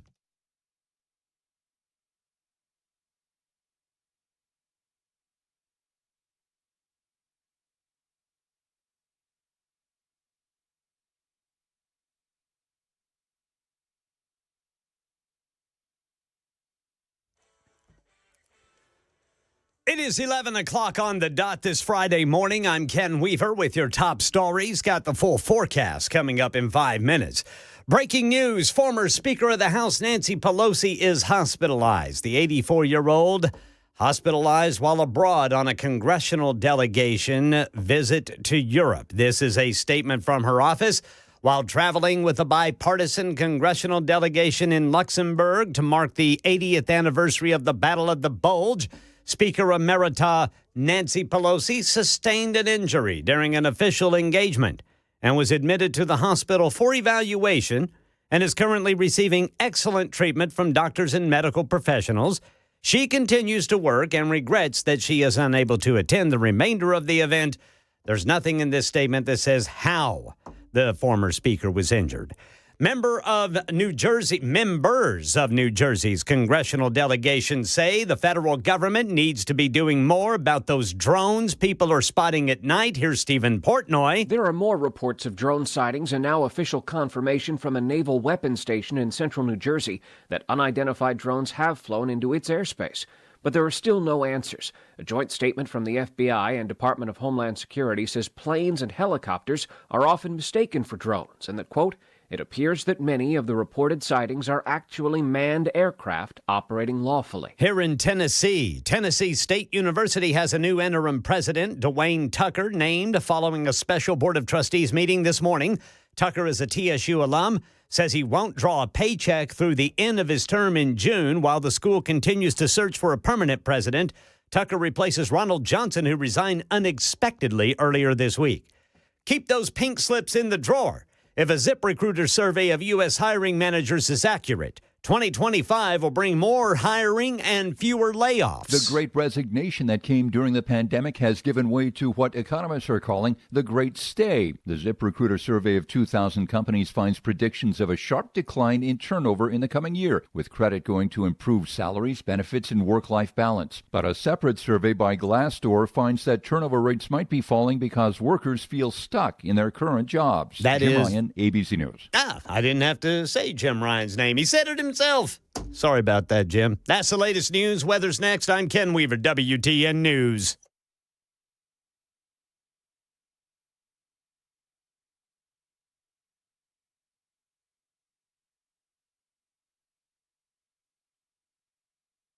The guaranteed offer is the easiest way to sell your home. It's really simple. We bring you an all-cash offer. You close in as little as 21 days. No home inspections, no lockboxes, no open houses. Go to markspain.com to get a guaranteed offer and start packing.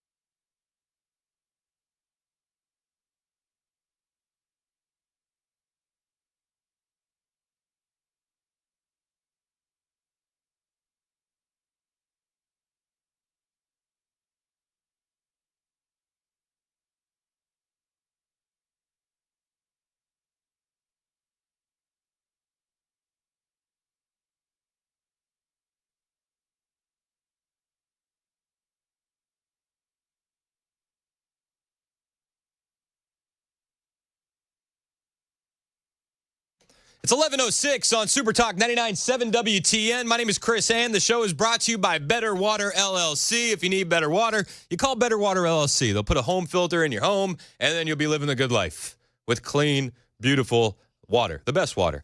Call Better Water LLC. We love those guys. We love all of our sponsors. If they're sponsoring my show and they're advertising on WTN locally, you understand that they're fearless.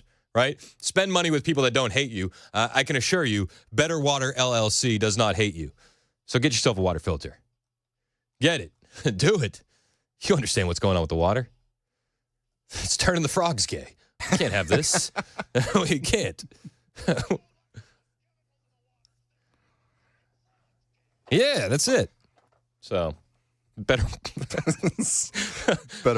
Better Water LLC. Is that... You think they'll say, "Hey, can you take it a little bit easy on that one from now on?" Maybe don't play the Alex Jones saying. But listen, the water. All right, you're gonna get me off on a tangent. That's what I'm here for. Poke the bear. I mean, listen, the water, the atrazine in the water, it's a real thing.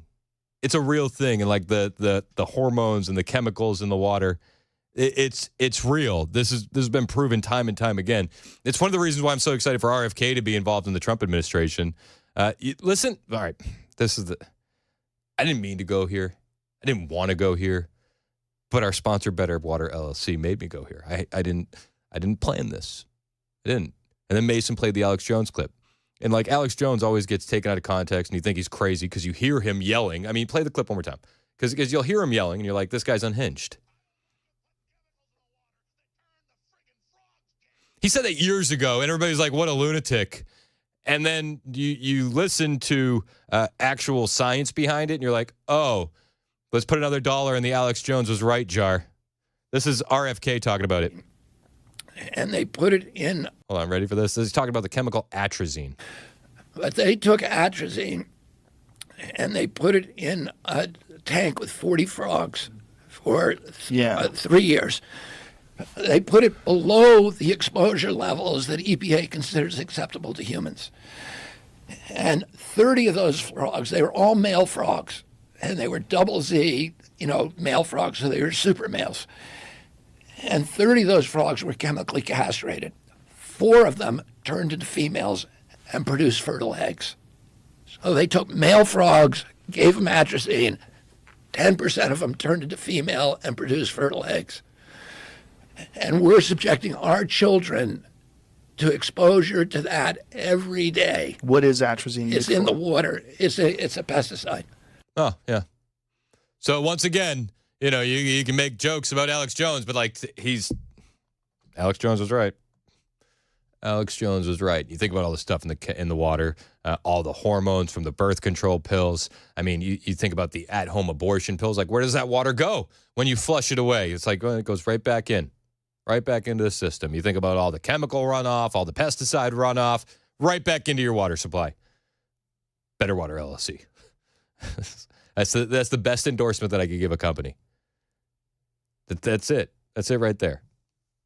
It's the best I can do. We have like dropping fertility rates in this country, but it's like, what's happening? Who knows? Could be anything. Could be anything.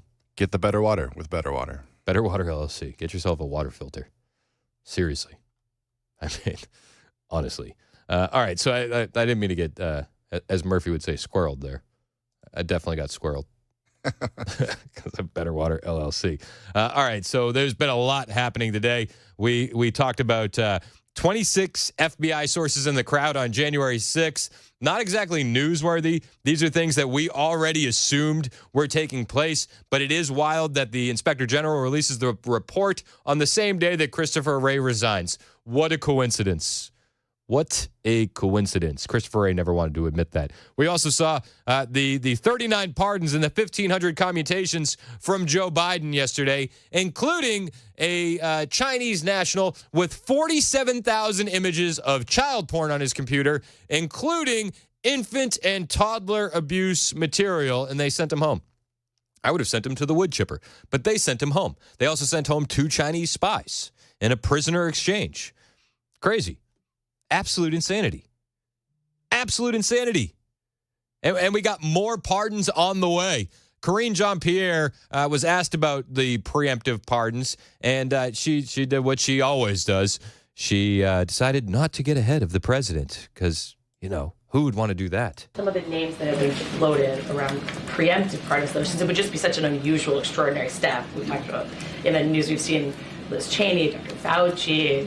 You're talking about the preemptive pardoning. Right. I understand you don't want to get ahead of the president's thinking, but are any of those names wrong? Still, can you tell? I mean, do you want to tell us anything about? It would be a bad move on my behalf if I preempted the president or previewed anything that the president was thinking about, considering, and so this is something that he's going to talk with his team about. And I just don't have anything beyond that for you. Yeah, I don't have anything beyond that. I think we need to ask Karine Jean-Pierre why Biden is giving pardons to Chinese communist spies and pedophiles. I think that would be a good question to ask. I don't think she'd want to get ahead of the president, though. She wouldn't. Well, I don't want to get ahead of the president. One longtime Biden advisor is actually shocked that he pardoned Hunter and says that the pardon of Hunter Biden was an attack on the judicial system, which is kind of wild. This is a story that keeps developing. A longtime advisor, Anita Dunn, on Wednesday said that Biden pardoning his son was an attack on the judicial system. Even his advisors understand how bad this is. Even the people that shield for him in the media understand how bad this is for Joe Biden. He's burning everything down on the way out. He's giving away pardons and commutations. He's selling border wall pieces. It doesn't look good, and it's not going to help his legacy. Charlemagne on the Breakfast Club was talking about old-ass Biden and his preemptive pardons. I don't think President Biden should do preemptive pardons either. Makes people look guilty, if you ask me. Biden should be pardoning all the nonviolent drug offenders in federal prison. He should be pardoning everybody in federal prison for nonviolent weed convictions, okay? He should be pardoning Marilyn Mosby. Those are the pardons he should be working on before he get his old ass up out of here. And you don't think the preemptive, like, there's people that Trump are going to be attacking, right? You know there's people that went at Trump, that tried to get him locked up. He's going to go with them. Yeah, but why would I be pardoning you if you don't have any crimes connected to you? Yeah, if you didn't do anything, why do you need a pardon? Well, these people did things, and they're shaking in their boots. The entire January 6th committee today must be shaking in their boots after that Inspector General report. They must be. The entire J6 committee deleted evidence on their way out of town. After they closed up shop, they deleted stuff. I'd be nervous. I'd be nervous. I don't think we need to make them look guilty. I think they look guilty already. But Charlemagne says, well, if you do preemptive pardons, you make them look guilty. Don't that make you look guilty? If I give you a preemptive pardon? No, it means that we know who Trump is and we know what Trump's probably going to do. That means, it could mean Trump knows something that we don't know.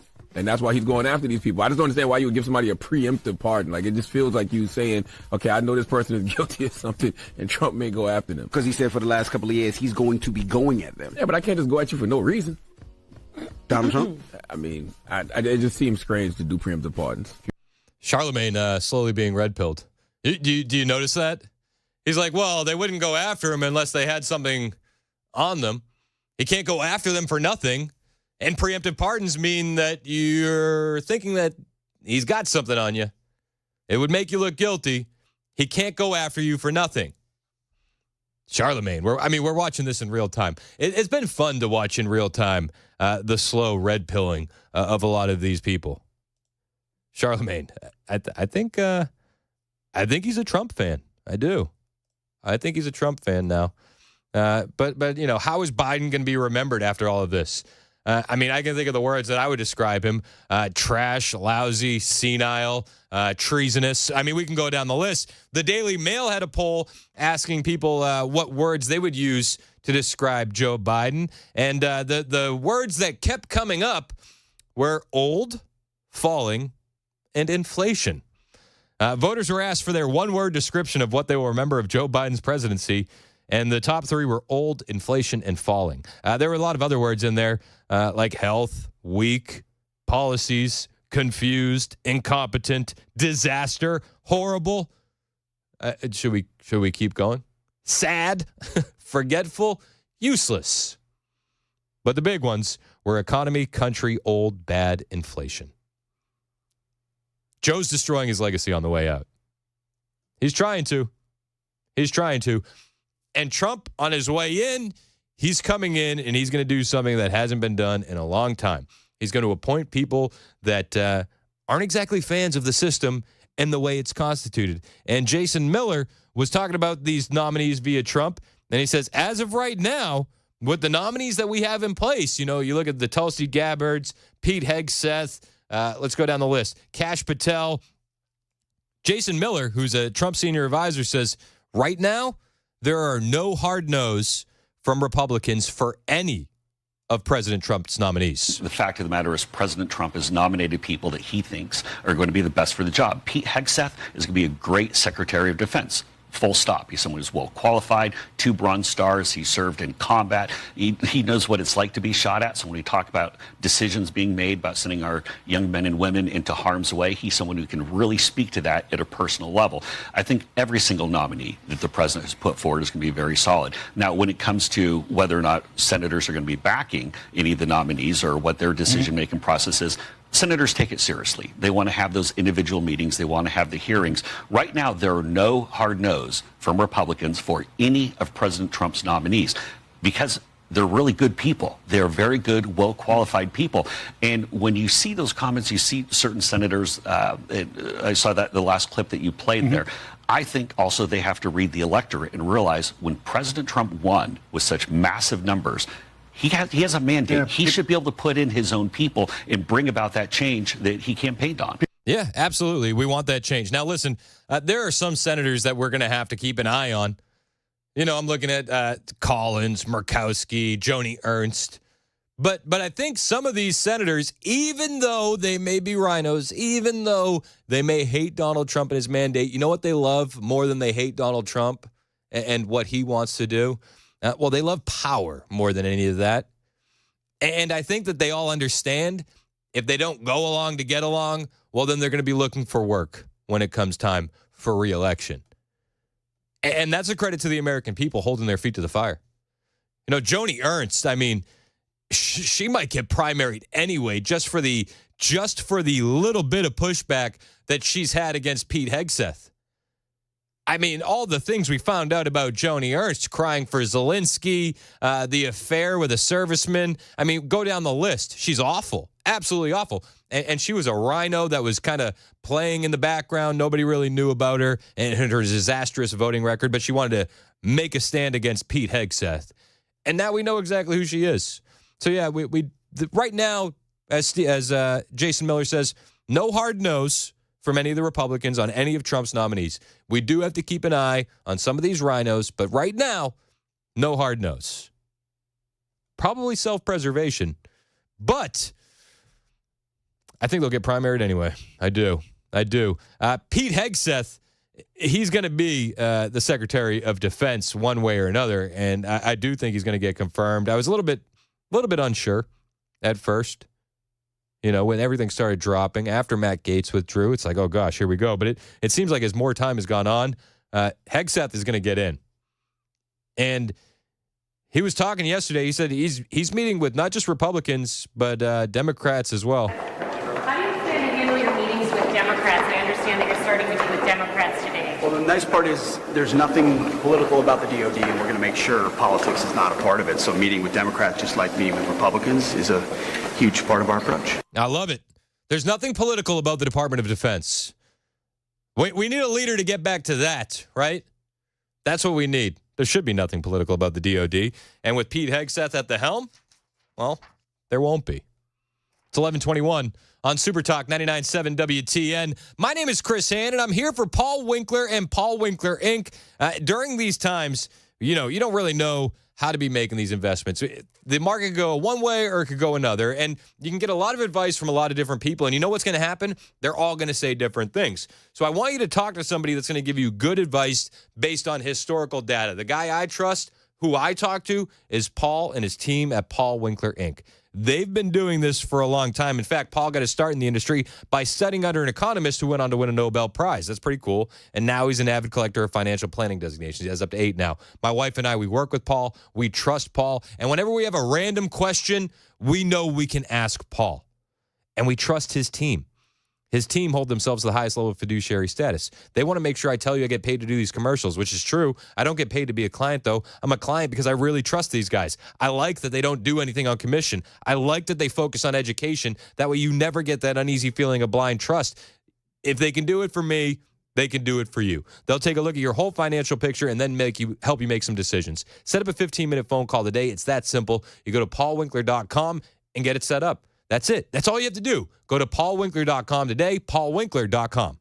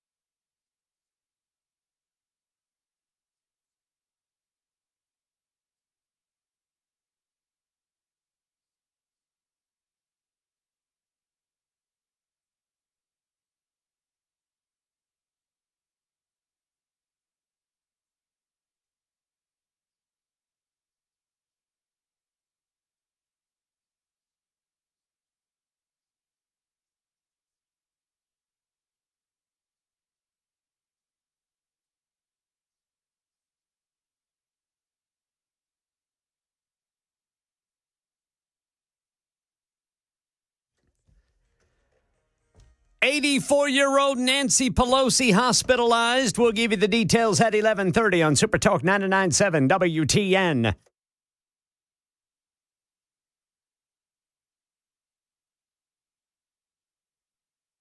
It's 11:26 on Super Talk 99.7 WTN. My name is Chris Hand. Normally I'd apologize for that, but I was actually talking to the boss, so I don't owe anybody an apology. He can't call me out on that one. You were late to your 11:26 break. Well, that was your fault, sir. Classic. All right, so what were we going to do here? Oh, yeah, that's right. Caleb Tidwell is going to be calling in at 11:35. Let me text him, make sure we're still all good. I have a lot of questions for Caleb. I mean, Caleb Tidwell is on the Rutherford County School Board, which is different than the Murfreesboro City School Board meeting that happened last night, which is weird. That's a question I have. Why do we have two? Why do we have two in Murfreesboro? These are questions that I need answers to. So I'm texting Caleb right now. Still good for 11:35? I'm sure he's going to say yes. He's a stand-up guy. I've talked to him a couple times about these things. But John Machukwu, he was down there at Murfreesboro City Schools. And listen, you put a book about gender ideology in the library for 48-year-olds, nobody has a problem with it. Everything's fine. You get a pastor out there pointing that book out, and everybody loses their minds. It's unbelievable. This is what it sounded like inside that Murfreesboro City School Board meeting just a couple days ago. This book that's in Bradley Academy, okay? It feels good to be yourself. It's a book about gender identity. Some people are boys, some people are girls, some people are both, neither or somewhere in between. This book is for kids ages 4 through 8, and that is a lie. This book talks about transgenderism. What 4-year-old can spell the word transgender? Then it talks about being non-binary. If we're going to do what's best for children in this district, it's imperative that we don't put this kind of content in front of children. We want to ban books that seek to pervert the hearts and the minds of children. And why wear red and green and celebrate Christmas if you're not going to protect what Christ stands for? Amen. Merry Christmas and a Happy New Year, but let's get back to protecting the children, because if we don't, you're celebrating this month in the wrong vein. Officer Hill, Officer Wood, Officer Hay, Officer McAdams, thank you so much, but please do something about the filth that's being taught to our children. God bless you. So John gets surrounded. He gets surrounded by police officers at the end of this thing. And when you listen to the way that the news is covering it, WKRN covered this story, they make it seem like Pastor John, who's a friend of mine, is the bad guy in this situation, which is absolutely wild. Again, you can put this book in the school library. Nobody has an issue. A pastor points it out. And now, oh gosh, did he break the law? And you know what? Hey, city of Murfreesboro, congratulations. You've made national news now because you let gender ideology books into your library. Charlie Kirk was tweeting about this. He said, so let me get this straight. It's breaking the law to hand an inappropriate library book to adults on a school board, but it's somehow legal to force little kids to learn about sexually explicit, radical gender ideology content against the will of most of their parents. Exactly. And that's exactly how WKRN covered it. Listen to this. Listen how they cover this. Into recess after an intense moment between the board and a pastor making a public comment.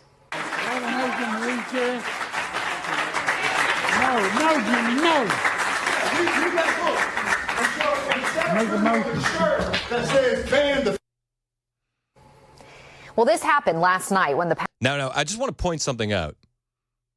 He's talking about the shirt, and WKRN mutes Pastor John there. You see the shirt that one of the school board meetings said, ban the fascists, keep the books. But WKRN's selective editing mutes Pastor John when he's addressing that T-shirt.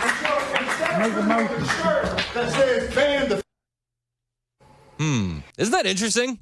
Isn't that interesting? Well, this happened last night when the pastor was talking about a book he says discusses gender identity to children.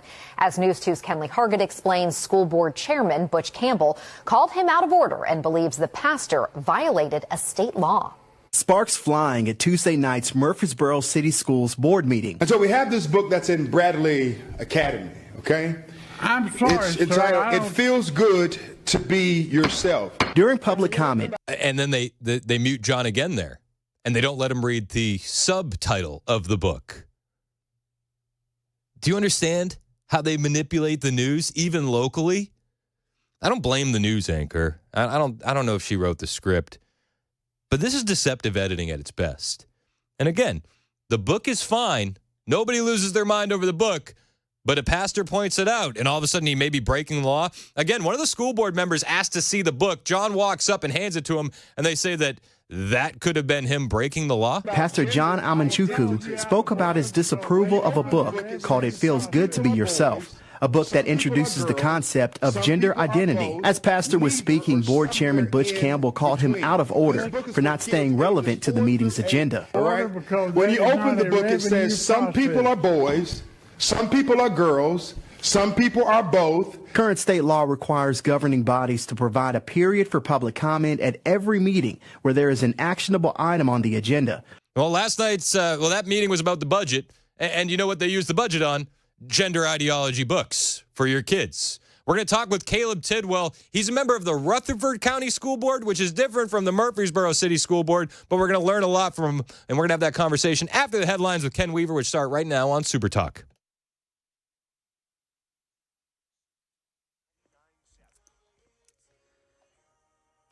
I'm Ken Weaver with your top stories. Got the full forecast coming up in 5 minutes. Former House Speaker Nancy Pelosi hospitalized in Europe. Stephen Portnoy. The 84-year-old former House Speaker was with several other members of Congress in Luxembourg marking the 80th anniversary of the Battle of the Bulge when her office says she sustained an injury.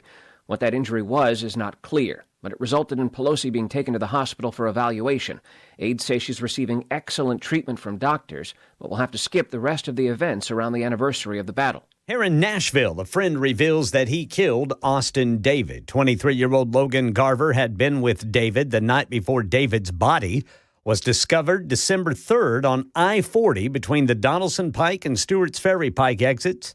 He had been run over several times. Nobody stayed at the scene. On December 4th, police acting on a citizen's tip say they found Garver's pickup covered in a tarp at South Point at Stones River Apartments on Oakwell Farms Lane with heavy damage to the passenger's side. Police say evidence indicates David had been ejected from the truck and then was struck by several vehicles. No witnesses or motorists remain on the scene. Garver had made statements to several people he had blacked out and didn't remember crashing his truck. Investigators say they found surveillance video of the two at a club and then Garver stumbling into the parking lot and getting into his pickup. Growing pressure on the Biden administration from U.S. lawmakers urging transparency on multiple drone sightings in New Jersey. Democrat Congressman Josh Gottheimer in Teaneck today, demanding clearer answers. The FBI should be standing at a podium with the Department of Homeland Security and briefing the public and explaining to them what these drones are. Well, federal agencies have been saying there's no imminent threat to the public and no foreign actor is involved, but they're not saying what it is. That's the latest news. Weather's next. I'm Ken Weaver, WTN News.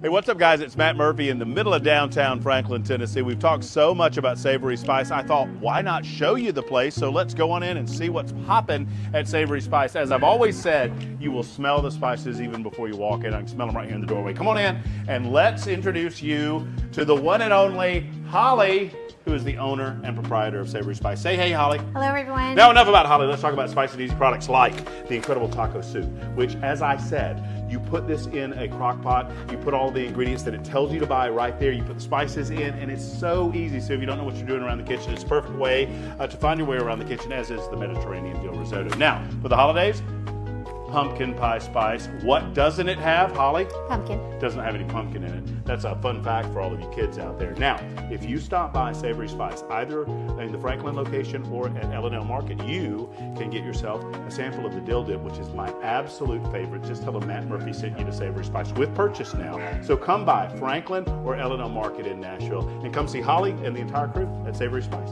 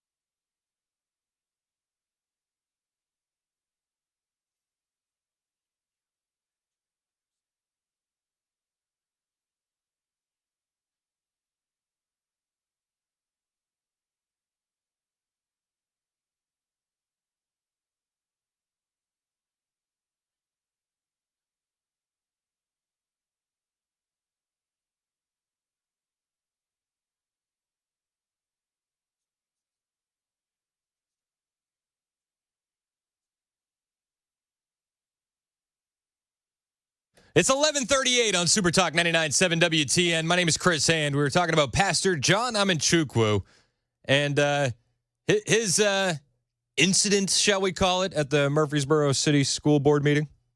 Now, I don't have a lot of contacts at the Murfreesboro City School Board, but I do have a contact at the Rutherford County School Board, and that's Caleb Tidwell. He's joining me now on the Newsmaker Hotline. Caleb, how are you, man? I'm doing great, Chris. Thanks for having me on. Hey, I appreciate you taking some time to call this. Now I understand that you're on the Rutherford County School Board, Zone 3, which is different from the Murfreesboro City School Board. But I still have a lot of questions. I don't have any other people that I know that are on school board. So I'm like, at least I have an expert, right? Well, I wouldn't call myself an expert, but I'll certainly try to be as helpful as possible. Well, I appreciate it. All right, so first question. Why do we have a Rutherford County School Board and a Murfreesboro City Murfreesboro City School Board? So that's the way it was set up. I think it was the early 1900s. So it's a unique system for sure, but that's the way it's been set up for a very long time. And, it's hard to get things changed once they're in order. So you got two separate school boards, two separate superintendents. You got some overlapping districts. A lot of people that live in the city also have the option to go to the county schools. But you do have certain aspects in the city that are city only. It's if you look at the map, it's a very odd shape, but it's the way that it's kind of always been. And I don't think that there's a lot of interest in changing that. You know how hard that can be. Yeah, no, I understand. It's interesting, though. How do these books get approved to be in the library? And is the process different for Murfreesboro City Schools than it is for Rutherford County Schools? So I'll speak to Rutherford County Schools. We also have a process, which I've had some librarians walk me through about how they vet the books and what different publishers they use to comb through those books and screen them. And that's kind of how they get here. The librarians request those books. They have a certain amount of money that's allocated from the school board for library book purchases. And so they kind of curate and screen through best that they can and pull in these books. Now, when you're talking about the number of books, so let's just take a high school. For instance, one of our high schools here, which we have some large high schools, but one of our high schools here ordered 400-plus books.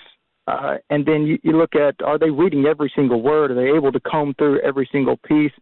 Let's say out of that 400 books, maybe only 100 of those books are books that that are new, that they may have not been able to go through every line. So some of those are going to slip in, and we are trying to retroactively, when we find them, get them removed. I don't think this is an instance, at least not that I've seen here in Rutherford County. It's not an instance of librarians intentionally sneaking in books. I think where a lot of this falls on is the publishers not screening the books properly, because they use a lot of those reviews and journals from the publishers, not screening those properly according to state law.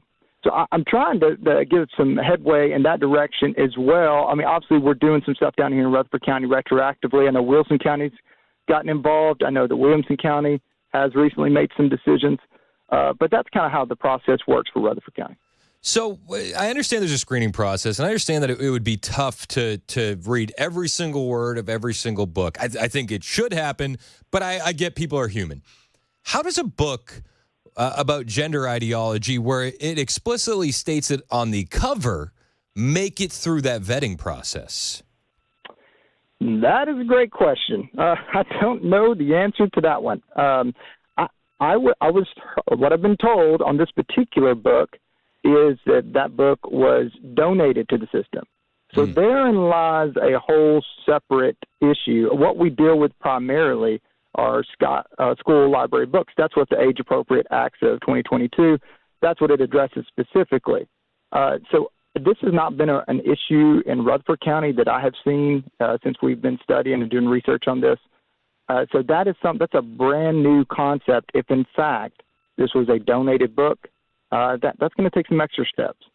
What can parents do if they find out that one of these books are in their library? And does the process vary from Rutherford County Schools to Murfreesboro City Schools? Yeah, that's a great question. I can certainly speak again here to Rutherford County. As far as Murfreesboro City goes, I imagine the process is very similar. Their policy could be a little bit different, but the majority of it should be the same, which they should have a complaint form. in which a parent can download most likely from the website. Once they download that complaint form, they can submit it for us. You would submit that to the principal. You can submit it to the director, or you can submit it to a school board member. But depending on what the material that is in question is concerning would depend on how that process plays out.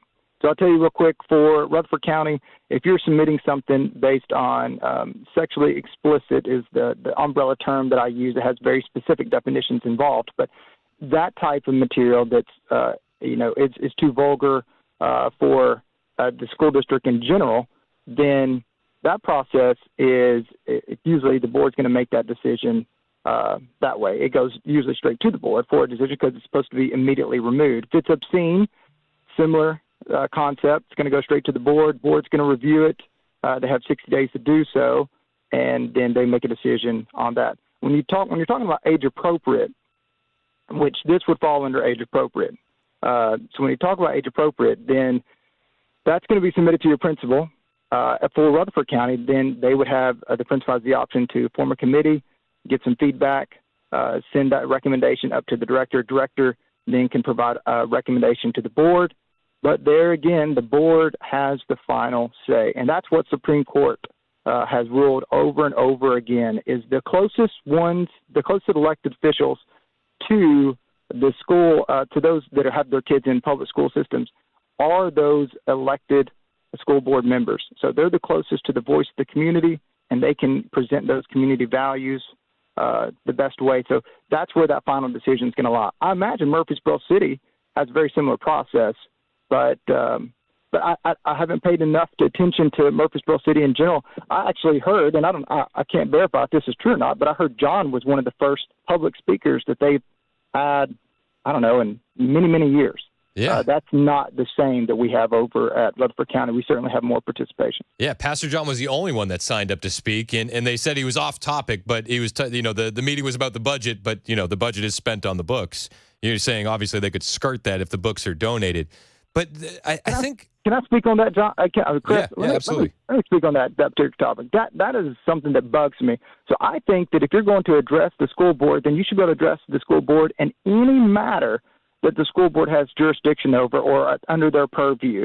And so when this got brought up last year, there was some movement in Rutherford County about moving public comment in front or outside of the meeting. So have the public comment section before the meeting, untelevised, which I found suspicious. Yep. And so I'd reached out to the sponsor of the bill that had required public comment at any actionable item meeting, which was Miss Elaine Davis. So a couple of us reached out to her, and that got squashed here in Rutherford County. Well, it got postponed, but it hasn't resurrected its head yet.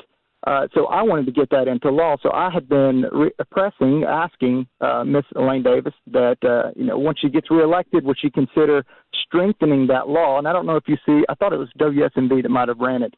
But I did talk to her office this week. They reached out to me, or I reached out to them, and they let me know that they are going to carry that language moving forward.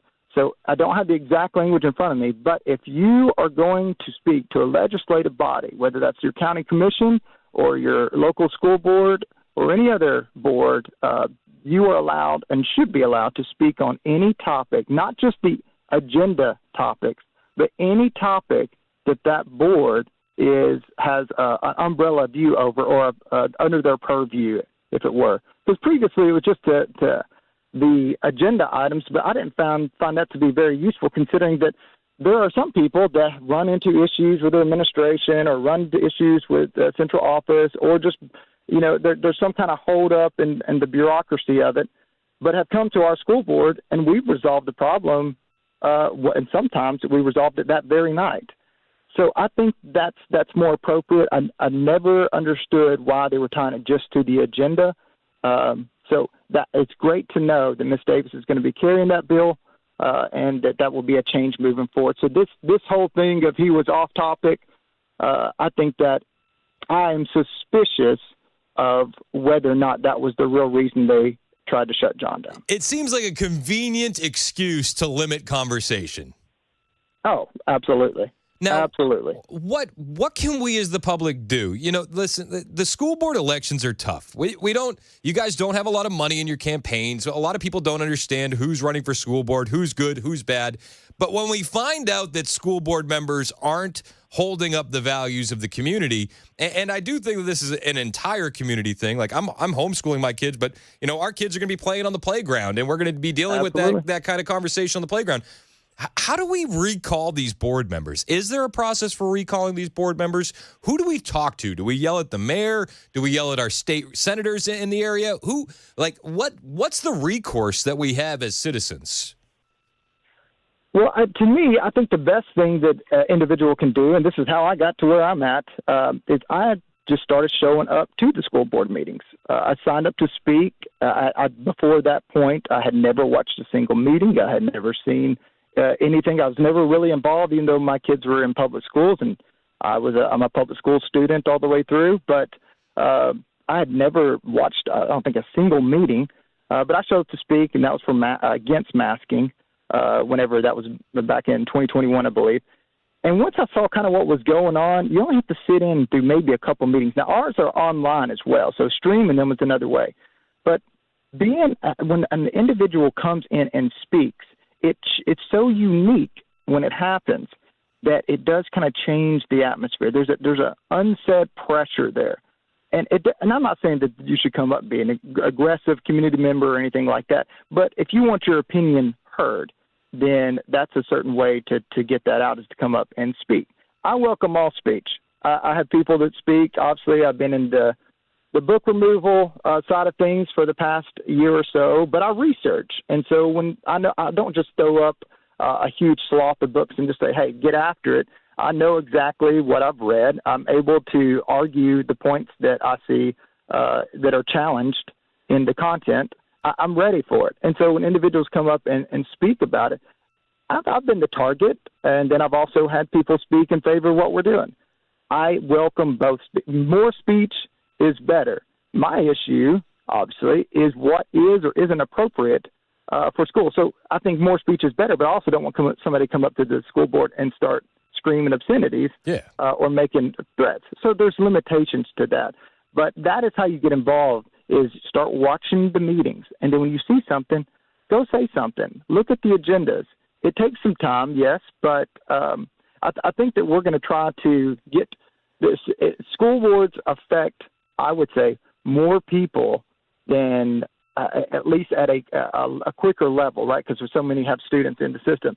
It affects so many people that it's something that the community really needs to be involved in.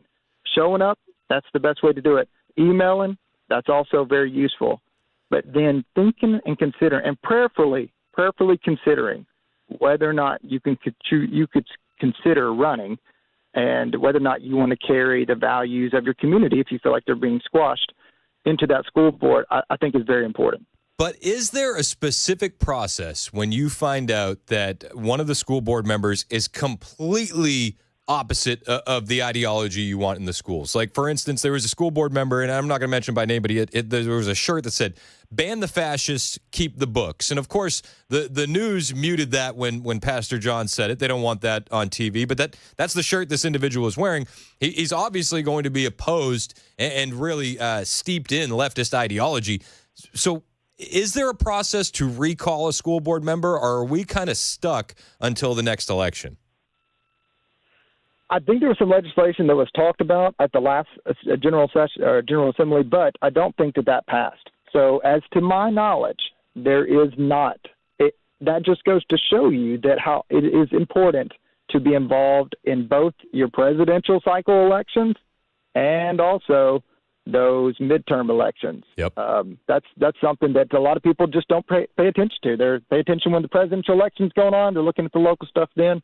And then those mid-year midterm elections, they're just not as popular. So no, you're absolutely right. We're talking with Caleb Tidwell. He is a school board member on Rutherford County, Zone 3. He's one of the good ones. Caleb, I appreciate your time today, man. Thank you so much. Thank you, Chris. Thanks for everything you're doing for the community, and keep on preaching truth, brother. Amen. God bless you. I appreciate the call. Caleb Tidwell. I like Caleb a lot. Listen, I'm going to be keeping my eyes on this school board for everybody in Murfreesboro, and I would like to officially put them on notice. I sent out a tweet last night. I tagged Mayor Shane McFarland, Senator Reeves, Senator Don White, and I want everybody to know this is a massive issue, and we do need to pay attention to it. Even if you don't have kids in Murfreesboro City Schools, well, your kids are playing with those kids on the playground, and that ideology is coming with them. We have to be so vigilant as parents. My kids are homeschooled right now, but we're going to bump into these kids all over the city. We have to stay on top of this. And when they expose themselves like they did when Pastor John Amanchukwu came in, let's believe them. Let's believe them. And let's pay attention to these school board elections as they come up, because as Caleb said, there may not be an opportunity to recall them until then.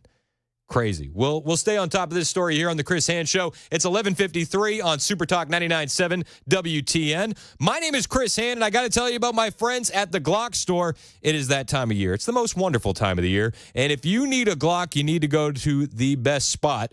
That's the Glock store. And this weekend, if you need a photo with Santa, well, you can get that at the Glock store, too, along with a great deal on 9mm ammo. So this Saturday, December 14th, it's at my favorite gun store and indoor range, the Glock store. Tactical Santa is going to be there from 11 to 4. Yeah. Not regular Santa.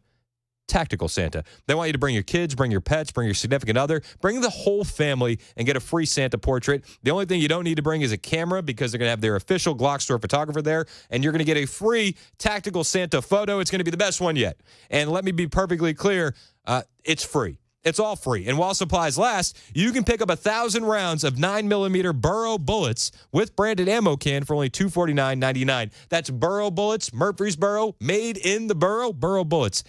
A 9mm ammo can for only $249.99, 1,000 rounds. To you, it sounds too good to be true. To me, well, this is just another day at the Glock store. Glock store, glockstore.com, shoot270.com. Minutes from the airport, worth the drive from anywhere, especially this Saturday, December 14th from 11 to 4.